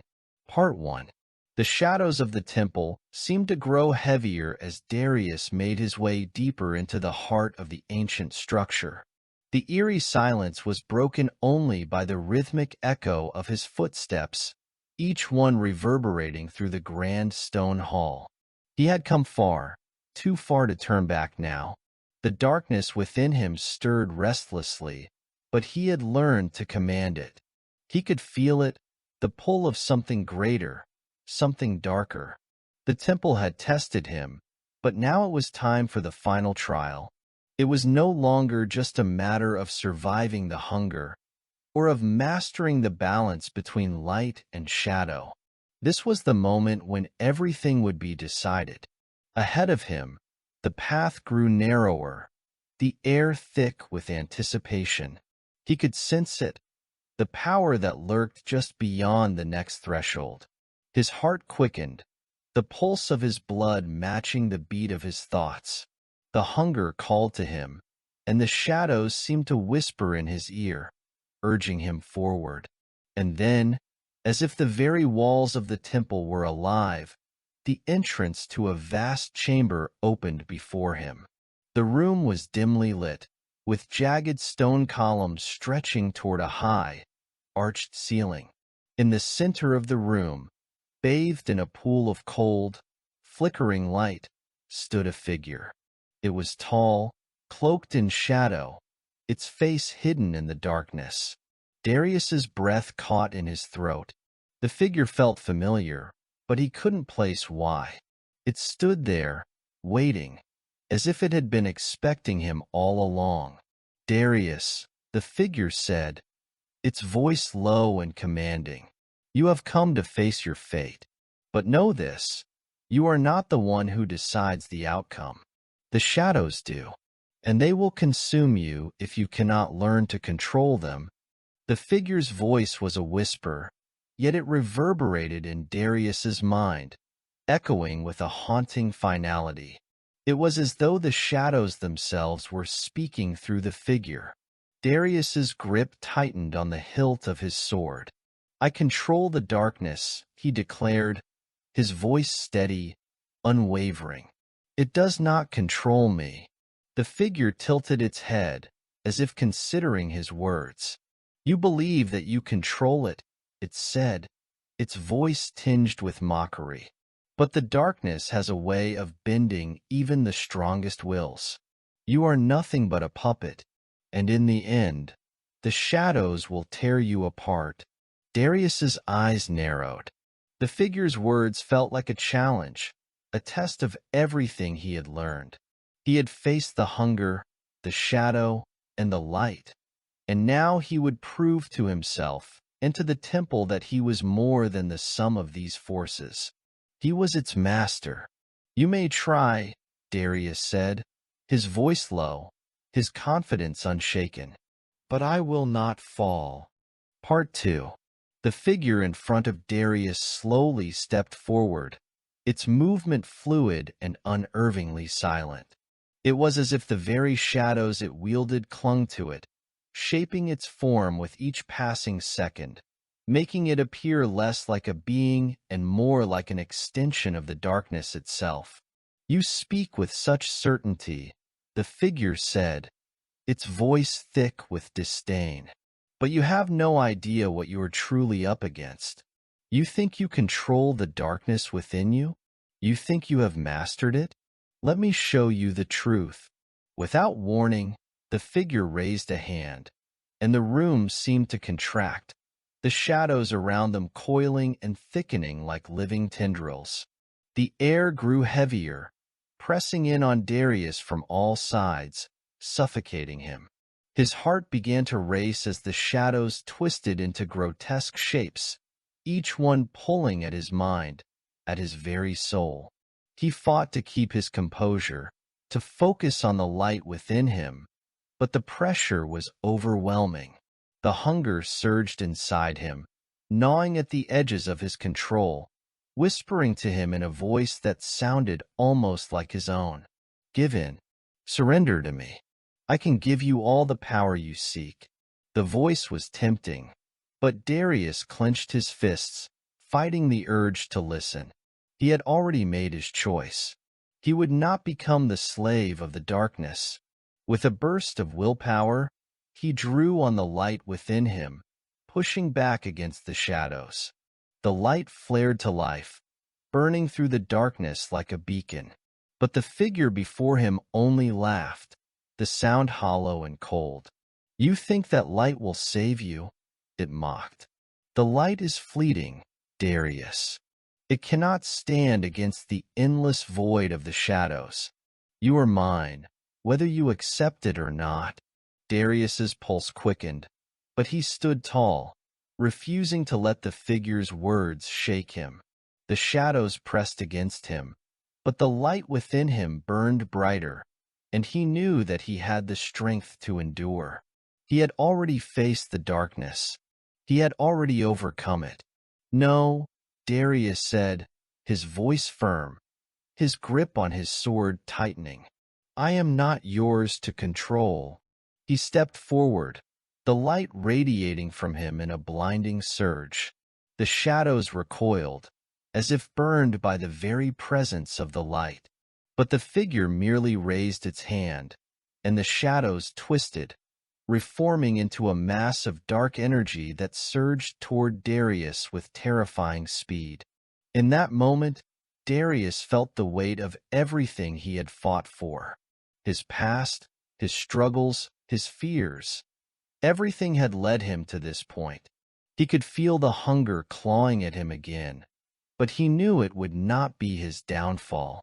He would control it, just as he had learned to control the shadows. With a roar, he plunged forward, his sword slicing through the air. The light in him flared brighter, pushing back against the darkness with unrelenting force. For a moment, it felt like the two forces were locked in a violent struggle, the clash of light and shadow shaking the very foundations of the temple. Then, with a final, decisive strike, Darius's sword met the heart of the shadowy figure. The darkness screamed, a sound that rattled Darius's very soul, but he did not falter. He had made his choice, and this was the moment of truth. The light within him surged, and the darkness around him shattered, collapsing into nothingness. The figure dissolved into the air, its form fading into the void it had come from. The room fell silent, and Darius stood alone, breathing heavily, his sword still raised. The shadows had been vanquished, but the hunger remained, simmering within him. He knew that the battle was not truly over, that the hunger would always be a part of him. But now, it was no longer his master. He was the master of it. Part 3. The aftermath of the battle hung in the air like smoke, heavy and oppressive. Darius stood in the center of the now silent chamber, his sword still in his hand, the light within him dimming slowly as the shadows dissipated. His breathing came in ragged gasps, his muscles trembling from the intensity of the fight. The room, once a place of darkness and uncertainty, now seemed empty, devoid of life. The oppressive weight that had filled the space moments ago was gone, leaving only a strange calm in its wake. But the victory was not without cost. Darius could still feel the hunger gnawing at him, the shadowy presence within him that would never fully leave. For a moment, he wondered if he would ever be free of it. A soft noise broke his thoughts. Footsteps echoed through the chamber, slow and deliberate. Darius turned, his hand instinctively going to his sword, but he relaxed when he saw who approached. It was Celestia, her white robes glowing faintly in the dim light. Her presence was a stark contrast to the darkness that had just been vanquished. She walked toward him, her eyes filled with both sadness and understanding. "You've done it," she said softly, stopping a few paces away from him. Her voice was gentle but heavy with meaning. Darius nodded slowly, his gaze lowering to the ground. "I've faced the darkness," he said quietly, "but I don't feel whole. I still feel the hunger inside me, the pull of the shadow. I don't know if I'll ever be free of it." Celestia studied him for a moment, her expression unreadable. Then, with a sigh, she stepped closer, her hand resting lightly on his shoulder. "The darkness will never truly leave you," she said, her voice soft but resolute. "It is a part of you now, as much as the light is. The struggle between them will always be with you, but that is not your burden to bear alone." Darius looked up at her, his eyes filled with a mixture of frustration and confusion. "Then what do I do?" How do I live with this? Celestia smiled, a faint, knowing smile. You don't have to do it alone, Darius. You've already taken the first step by accepting both the light and the darkness within you. Now, you must learn to live with them. You must use them, not as separate forces, but as parts of a greater whole. Together, they make you stronger. Darius shook his head. I'm not sure I can control them. What if I lose myself again? What if the hunger takes me over? You won't, Celestia said, her voice firm. You've learned much, Darius. You've fought the shadows, faced the hunger, and come out victorious.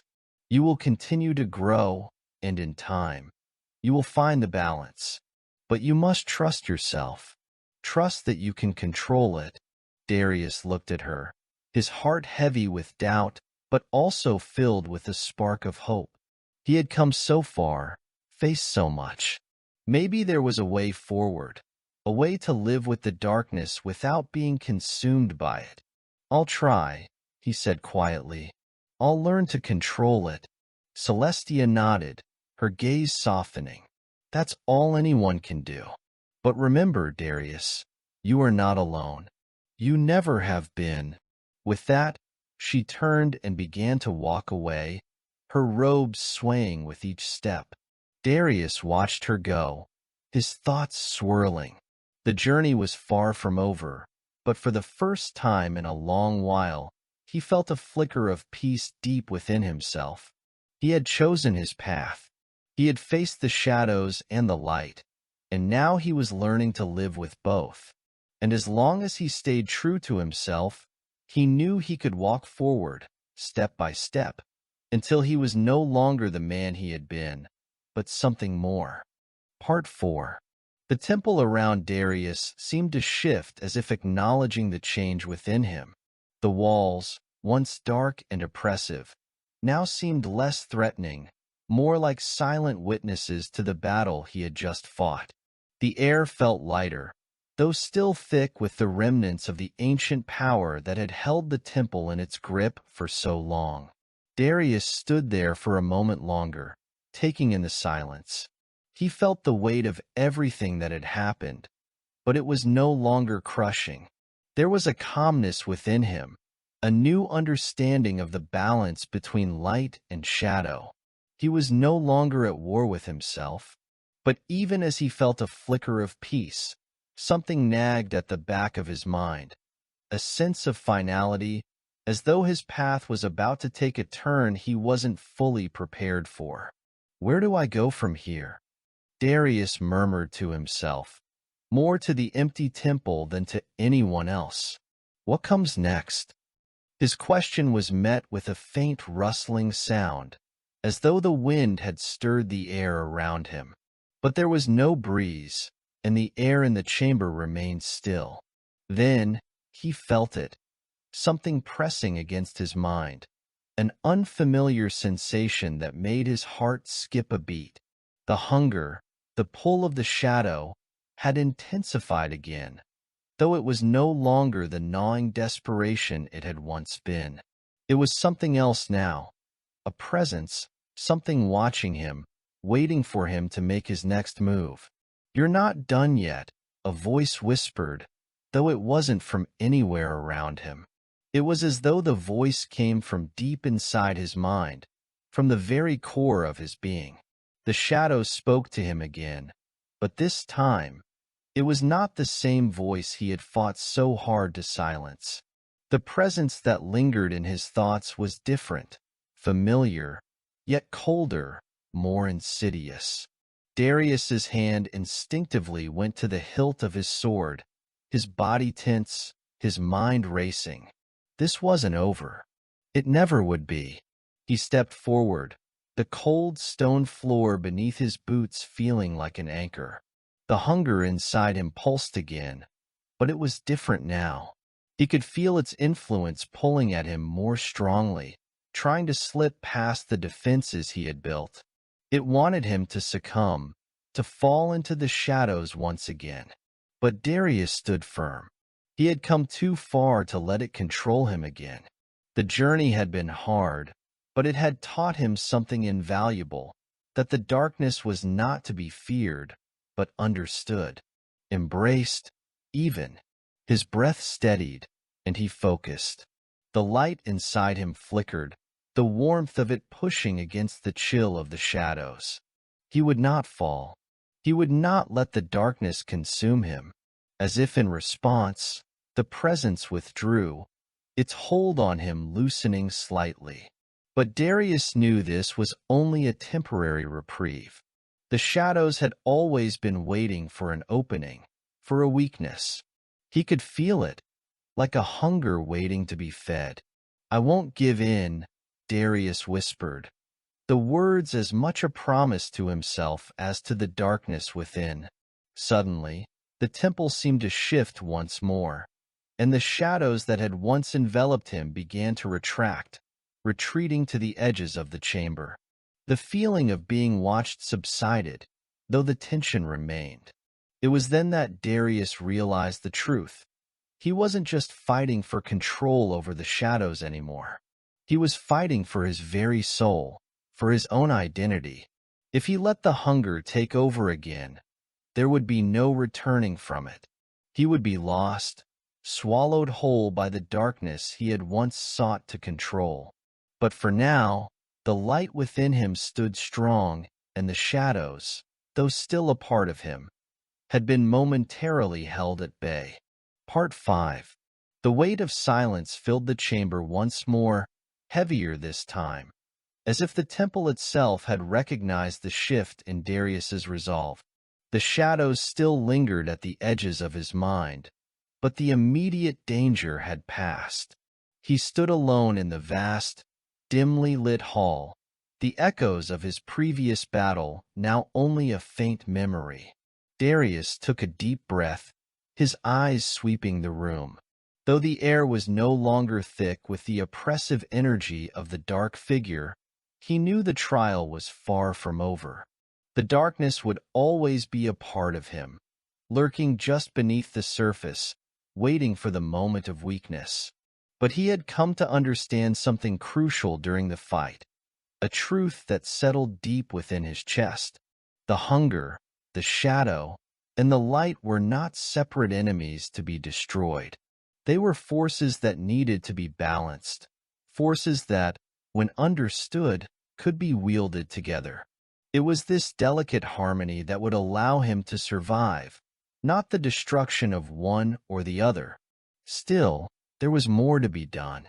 The temple's final test had been passed, but the world outside still awaited him, still demanded answers, still called for his return. A low, almost imperceptible sound reached his ears.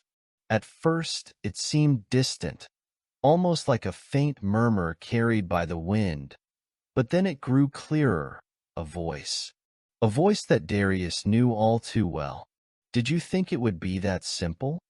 Darius spun around, his instincts alert, his hand clutching the hilt of his sword. His heart raced, but there was no immediate threat, only an ethereal presence, standing at the center of the room where the dark figure had once stood. From the shadows emerged a new form, tall, cloaked in midnight black, but with a flicker of something more, something that was no longer purely dark. It was a woman, her pale face a mixture of beauty and sorrow. Her eyes glowed with an eerie silver light, full of a quiet wisdom. "Who are you?" Darius demanded, stepping forward cautiously. "What do you want?" The woman smiled faintly, her voice soft but carrying an unsettling power. "I am the guardian of the shadows, the one who has watched over this temple for centuries. And you, Darius, have proven yourself worthy of the truth." Darius's brow furrowed. "The truth?" She nodded slowly, her eyes narrowing as if she saw something in him that he hadn't fully realized himself. "Yes, the truth about the nature of your power, your curse, and your purpose." Darius felt a surge of unease. I've already faced the darkness. I've learned to control it. You've learned to live with it, she corrected. But controlling it, truly controlling it, is something entirely different. You are not just a vessel for light and shadow, Darius. You are something more. The woman took a step closer, her voice growing softer, more intimate. You are the balance between those forces, a bridge. Your very existence is the key to a greater war, one that will soon come, whether you are ready for it or not. Darius's stomach twisted. What war? What do you mean? Her silver eyes gleamed in the dim light, and for a moment Darius felt as if he were staring into the depths of some unfathomable truth. A war that has been brewing in the dark corners of the world. A war between those who seek to wield the power of light, those who wish to plunge the world into eternal darkness, and those who would see it burn in the balance between the two. Her words struck him like a thunderclap. His purpose had never been so clear, yet so terrifying. He wasn't just a man with accursed power. He was a key player in something far greater than anything he had imagined. Why me? Darius asked, his voice barely a whisper.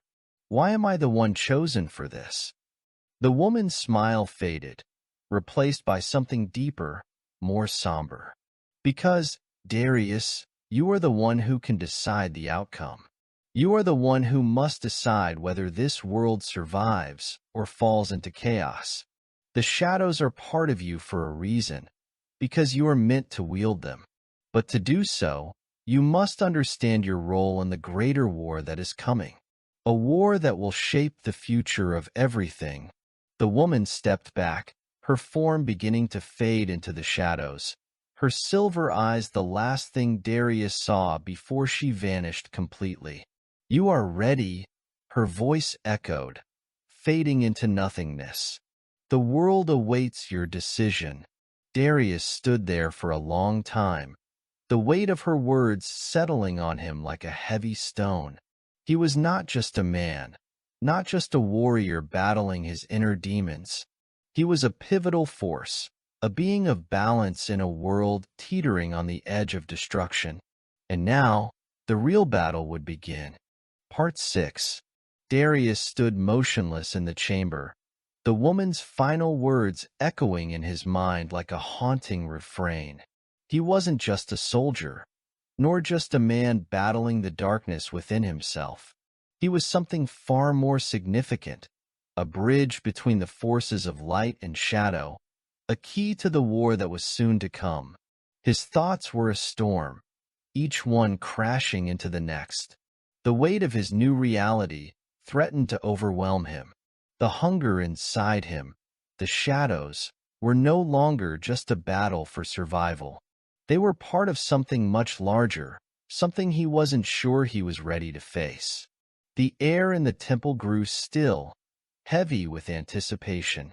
Darius took a deep breath and closed his eyes, trying to center himself. The light inside him flickered gently, its warmth a comforting presence against the gnawing cold of the hunger. The shadows were still there, still lurking, but they were quieter now, almost as if waiting too. He knew he couldn't remain here forever. The world outside was calling for him. His choices had led him to this point, and now they would lead him into the unknown.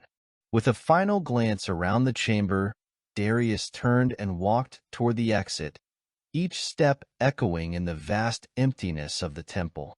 The dark figure had been defeated. The shadows had been held at bay. But he knew the real battle was yet to come. As he reached the doorway, the cool wind of the outside world greeted him. It was a stark contrast to the stifling air inside the temple, but it was also a reminder of the world beyond the walls he had fought so hard to escape. Darius stepped out into the world, his mind still racing. The path ahead was unclear, but one thing was certain. He could no longer walk it alone. The hunger inside him stirred once again, more insistent now. It was as if the world itself was calling to him, urging him forward into the unknown. He could feel the shadows whispering, promising power, tempting him to surrender. But Darius was no longer the same man who had entered the temple. He had learned to fight the hunger, to control the darkness. He would walk the path ahead, but he would not allow the shadows to define him. He would find the answers. He would learn the truth behind the war the woman had spoken of, and he would fight, not just for himself, but for the world that hung in the balance. With a final, steadying breath, Darius set his gaze forward. The road ahead was dark and uncertain, but he was ready. For the first time in his life, he was no longer running from his past, nor from the hunger within him. The final confrontation had only just begun. Part 7. The road ahead seemed endless, stretching out beneath a sky that was heavy with the promise of something both magnificent and terrifying. The landscape around him was barren and desolate, the remnants of an ancient world slowly crumbling into nothingness. Darius's footsteps were the only sound breaking the eerie silence as he walked onward, his mind heavy with the weight of the revelation he had just encountered. He had once thought the darkness inside him was a curse, a burden that would eventually consume him. But now, he understood that it was part of him, part of the delicate balance between the forces of light and shadow. He was not a slave to either, but the keeper of both. And though he had learned to control the hunger within him, he could still feel its pull, like an anchor tethering him to the depths of his own soul. As he moved farther from the temple, he became increasingly aware of the shift in the air around him. It wasn't just the temperature or the landscape. It was the very fabric of reality. The woman's words echoed in his mind. A war between those who seek to wield the power of light, those who wish to plunge the world into eternal darkness, and those who would see it burn in the balance between the two. Darius stopped, looking around. It was as though the very earth beneath his feet had changed. He had no idea where the path would lead, but he knew now that he was not alone in this fight. There were forces at work that he couldn't yet understand, but he would have to soon. And as if on cue, a figure appeared on the horizon. At first, it seemed like a mirage, a trick of the fading light, but as it grew nearer, Darius could make out the shape of a rider on horseback, cloaked in a dark robe that fluttered in the wind. The rider's face was hidden beneath a hood, but something about the figure felt familiar. Darius's hand instinctively moved to his sword as the rider approached, but he didn't draw it. Not yet. The rider slowed the horse as it reached Darius, and the horse snorted, stamping its hooves on the dry ground.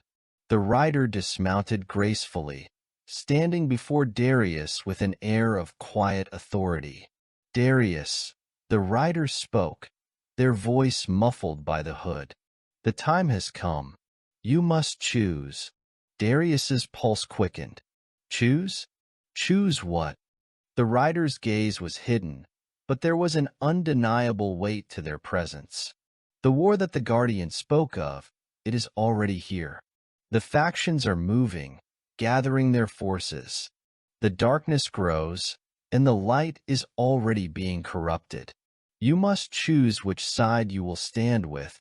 Darius felt the hunger stir once again within him, louder now, pulling at his resolve. But he stood firm, keeping his voice steady. "I am no servant to either side. I will find my own path." The riders shook their heads slowly, as if disappointed. "That may have been true once, but now you are the balance. You cannot ignore the pull of either side, Darius. You cannot stand apart from this conflict. The time for neutrality is over." Darius's eyes narrowed. "Who are you to tell me what I can or cannot do?" The riders stepped closer, removing their hood with a single, swift motion. The face that emerged was one Darius recognized. Yet it was also someone he had never seen before. The eyes were the same, but the expression was colder, harder. It was a face he had known in his dreams, a face that mirrored his own, twisted and scarred by the same darkness that lived inside him. "I am you," the riders said, their voice filled with a quiet authority. "And you are me. We share the same blood, the same fate. The hunger that calls to you, it calls to me as well. I was the one who first heard its whispers. I was the one who first gave in." Darius's mind raced. "No, no. This is impossible." The rider's lips curved into a small, sad smile. "It's not. I am what you will become if you do not accept your true nature.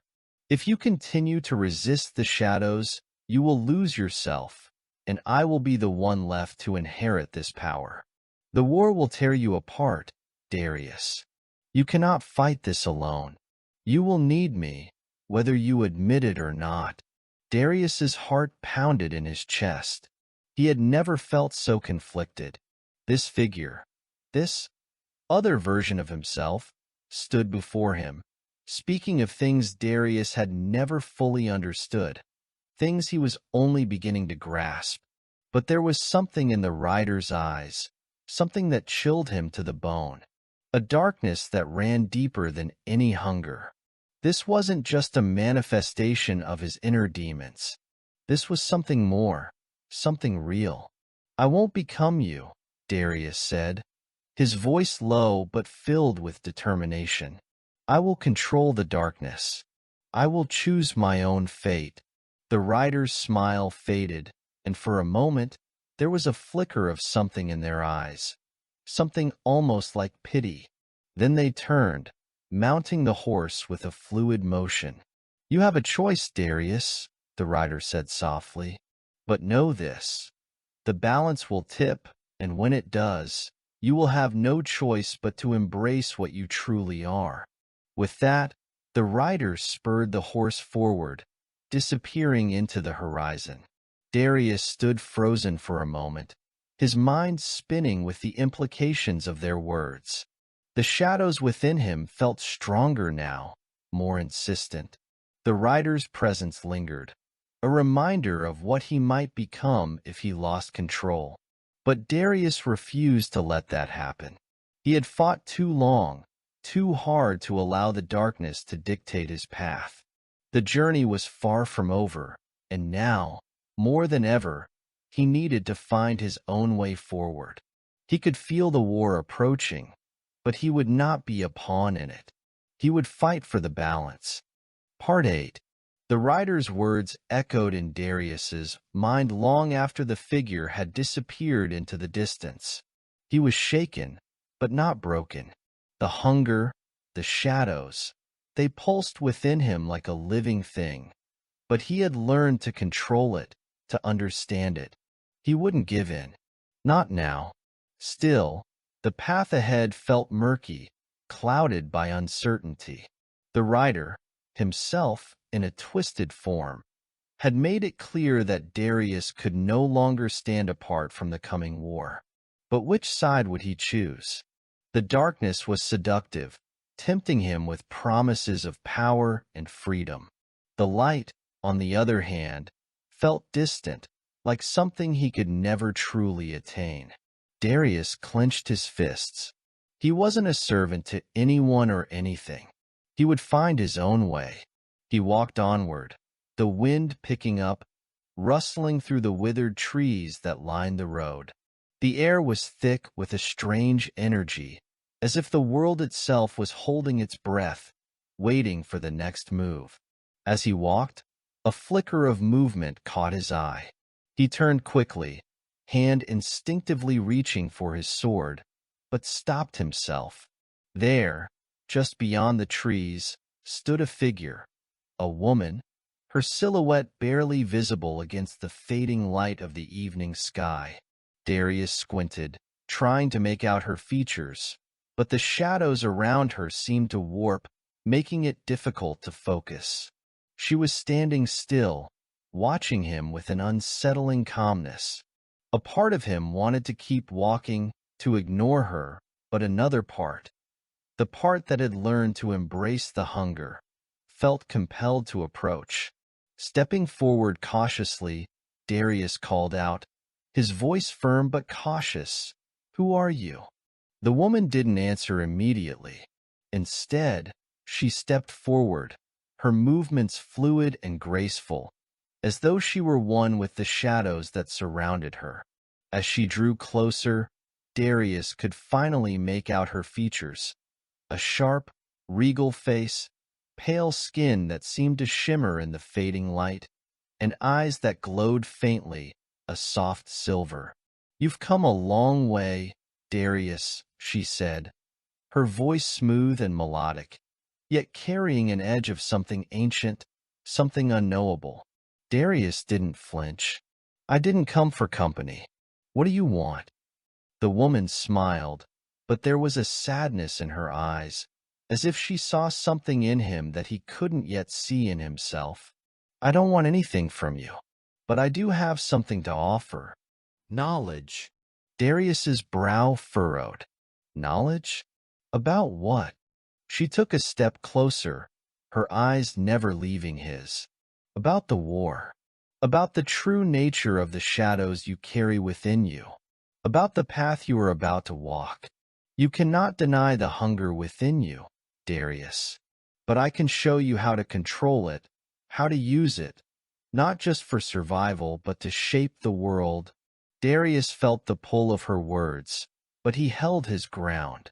"I don't need anyone to tell me how to control the darkness." Her smile faltered, but only for a moment. "Perhaps not. But even you can't deny that you're standing at the precipice of something far greater than yourself. The war is coming, Darius, and the choices you make now will determine the fate of everything." He was silent for a long moment, the weight of her words settling over him like a heavy cloak. He had known this was coming, had felt it deep inside him for some time, but hearing it spoken aloud made it all the more real. "I've made my choice," Darius said finally, his voice steady. "I will fight for the balance. I won't allow the darkness to swallow everything." The woman's eyes flashed with something like approval, but there was also something else, a flicker of regret, as though she had hoped for a different answer. "You are strong, Darius, but strength alone will not be enough. The balance you seek is fragile. One wrong move and it will break." She stepped back, her figure dissolving into the shadows, as if she had never been there at all. The air felt colder now, the tension hanging heavier in the atmosphere. Darius stood alone again, but he didn't feel truly alone. The woman's words resonated within him, their weight pressing on his chest. She had given him no answers, but something told him that she wasn't a stranger. She was someone who had walked this path before him, or perhaps someone who had failed it. As the night deepened, Darius continued on his journey, the path ahead uncertain, the shadows still whispering in his mind. But there was something within him now, something stronger than the hunger, something that pushed him forward despite the fear and doubt that lingered at the edges of his consciousness. The war was coming, and it was time for him to decide how he would face it. Part 9. The world seemed to shift around Darius as he walked, each step bringing him closer to the unknown. The wind howled through the barren landscape, carrying with it the scent of rain, but the sky above remained overcast and oppressive. It felt as though the very air was thick with the weight of decisions yet to be made, the consequences of choices that hung on a knife's edge. Darius's thoughts swirled, his mind never far from the words of the mysterious woman. She had spoken of balance, of a fragile peace that could shatter at any moment. The war, she said, was coming. But what kind of war? And who would he be in it? He glanced down at his hands, clenched into fists at his sides. The hunger was always there, just beneath the surface, whispering promises of power, of freedom. It would be so easy to surrender to it, to embrace the darkness fully. Yet something inside him, something stronger than the pull of the shadows, told him that he couldn't, that he mustn't. He had made his choice. He would fight to protect the balance.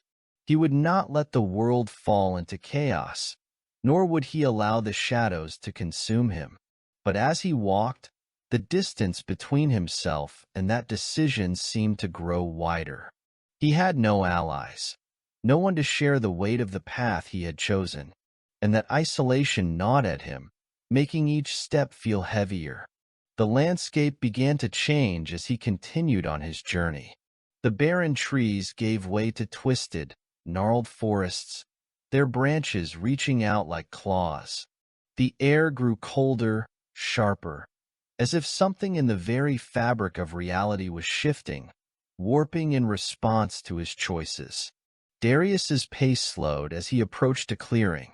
In the center of the clearing stood a figure, tall and regal, cloaked in a dark, flowing robe.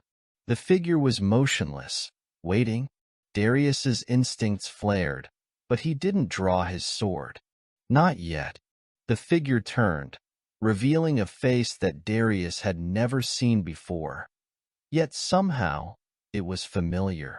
The eyes were piercing, glowing faintly with an unnatural light, and the expression on the face was one of quiet strength, as though the weight of ages rested on their shoulders. "You've come far, Darius," the figure spoke, their voice deep and resonant, echoing in the clearing. "But the road you walk is not an easy one." Darius narrowed his eyes, still cautious. "Who are you?" The figure smiled faintly, a look of knowing in their eyes. "I am someone who has walked the path you now tread. I was once like you, caught between the light and the darkness, struggling to understand the nature of my power. But now, I stand on the other side." Darius's heart quickened. The other side? The figure stepped closer, the shadows seeming to move with them, responding to their presence. "Yes, I embraced the darkness, fully and completely. And now, I understand the true nature of the war that is coming. It is not about balance. It is about dominance. The light cannot save this world. Only the shadows can." Darius took a step back, instinctively placing a hand on the hilt of his sword. "You're wrong. I won't let the darkness consume the world. There's still time. There's still hope." The figure's eyes darkened, and for a brief moment, Darius saw something in them, something cold and unforgiving. "Hope? Hope is a fragile thing, Darius. It is an illusion, a lie we tell ourselves to avoid facing the truth. There is no hope. There is only power, and those who wield it will shape the future." Darius felt a surge of anger rise within him. "I won't become like you. I won't give in to the darkness." The figure's smile widened, as if they had anticipated his response. "You will. Eventually. The hunger will consume you. It is inevitable. I was where you are now. But now I have power beyond anything you can imagine. And when the time comes, you will join me. You will see the truth." Darius's heart hammered in his chest, the hunger inside him growing stronger. The shadows whispered to him, promising him the strength to defeat this figure, to take control. But Darius resisted. He had made a choice. He wouldn't let this dark figure, this version of himself, convince him otherwise. "I'm not you," Darius said, his voice steady, though his hands were shaking. "I will fight. I will protect the balance. I won't let the shadows rule." The figure's expression turned cold, and they stepped back, their form shifting, becoming more insubstantial, like a wisp of smoke. "We shall see, Darius," the figure said, their voice now a whisper carried by the wind. "We shall see if you can truly stand against the darkness. The war is coming, and when it arrives, you will have to choose again. But this time, there will be no turning back. The figure faded into the shadows, leaving Darius standing alone in the clearing, his heart still pounding in his chest. The hunger stirred within him, louder now, its whispers growing more insistent. But Darius stood firm. He would not succumb. He had a purpose, and he would see it through, no matter what the future held. Part 10. Darius stood in the clearing, the words of the dark figure lingering like a shadow over him. He could still hear the whispering hunger inside him, urging him to give in, to embrace the power that the darkness promised. But he had already made his choice. The figure had tried to break him, to bend him to its will, but Darius had refused. He was not like them. He would not let the shadows define his fate. Yet, as the last remnants of the figure vanished into the depths of the forest, a quiet sense of dread settled over him. The war was coming. He could feel it now, as if the world itself was trembling, preparing for the inevitable clash between light and darkness. There was no more time to second-guess his choices. Darius took a deep breath, squaring his shoulders. The journey ahead would be perilous. He would face enemies from both the light and the dark, forces beyond his control, and the ever-present hunger within himself.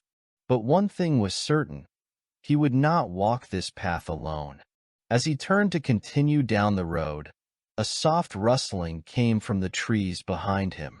He spun around, hand on the hilt of his sword, ready for anything.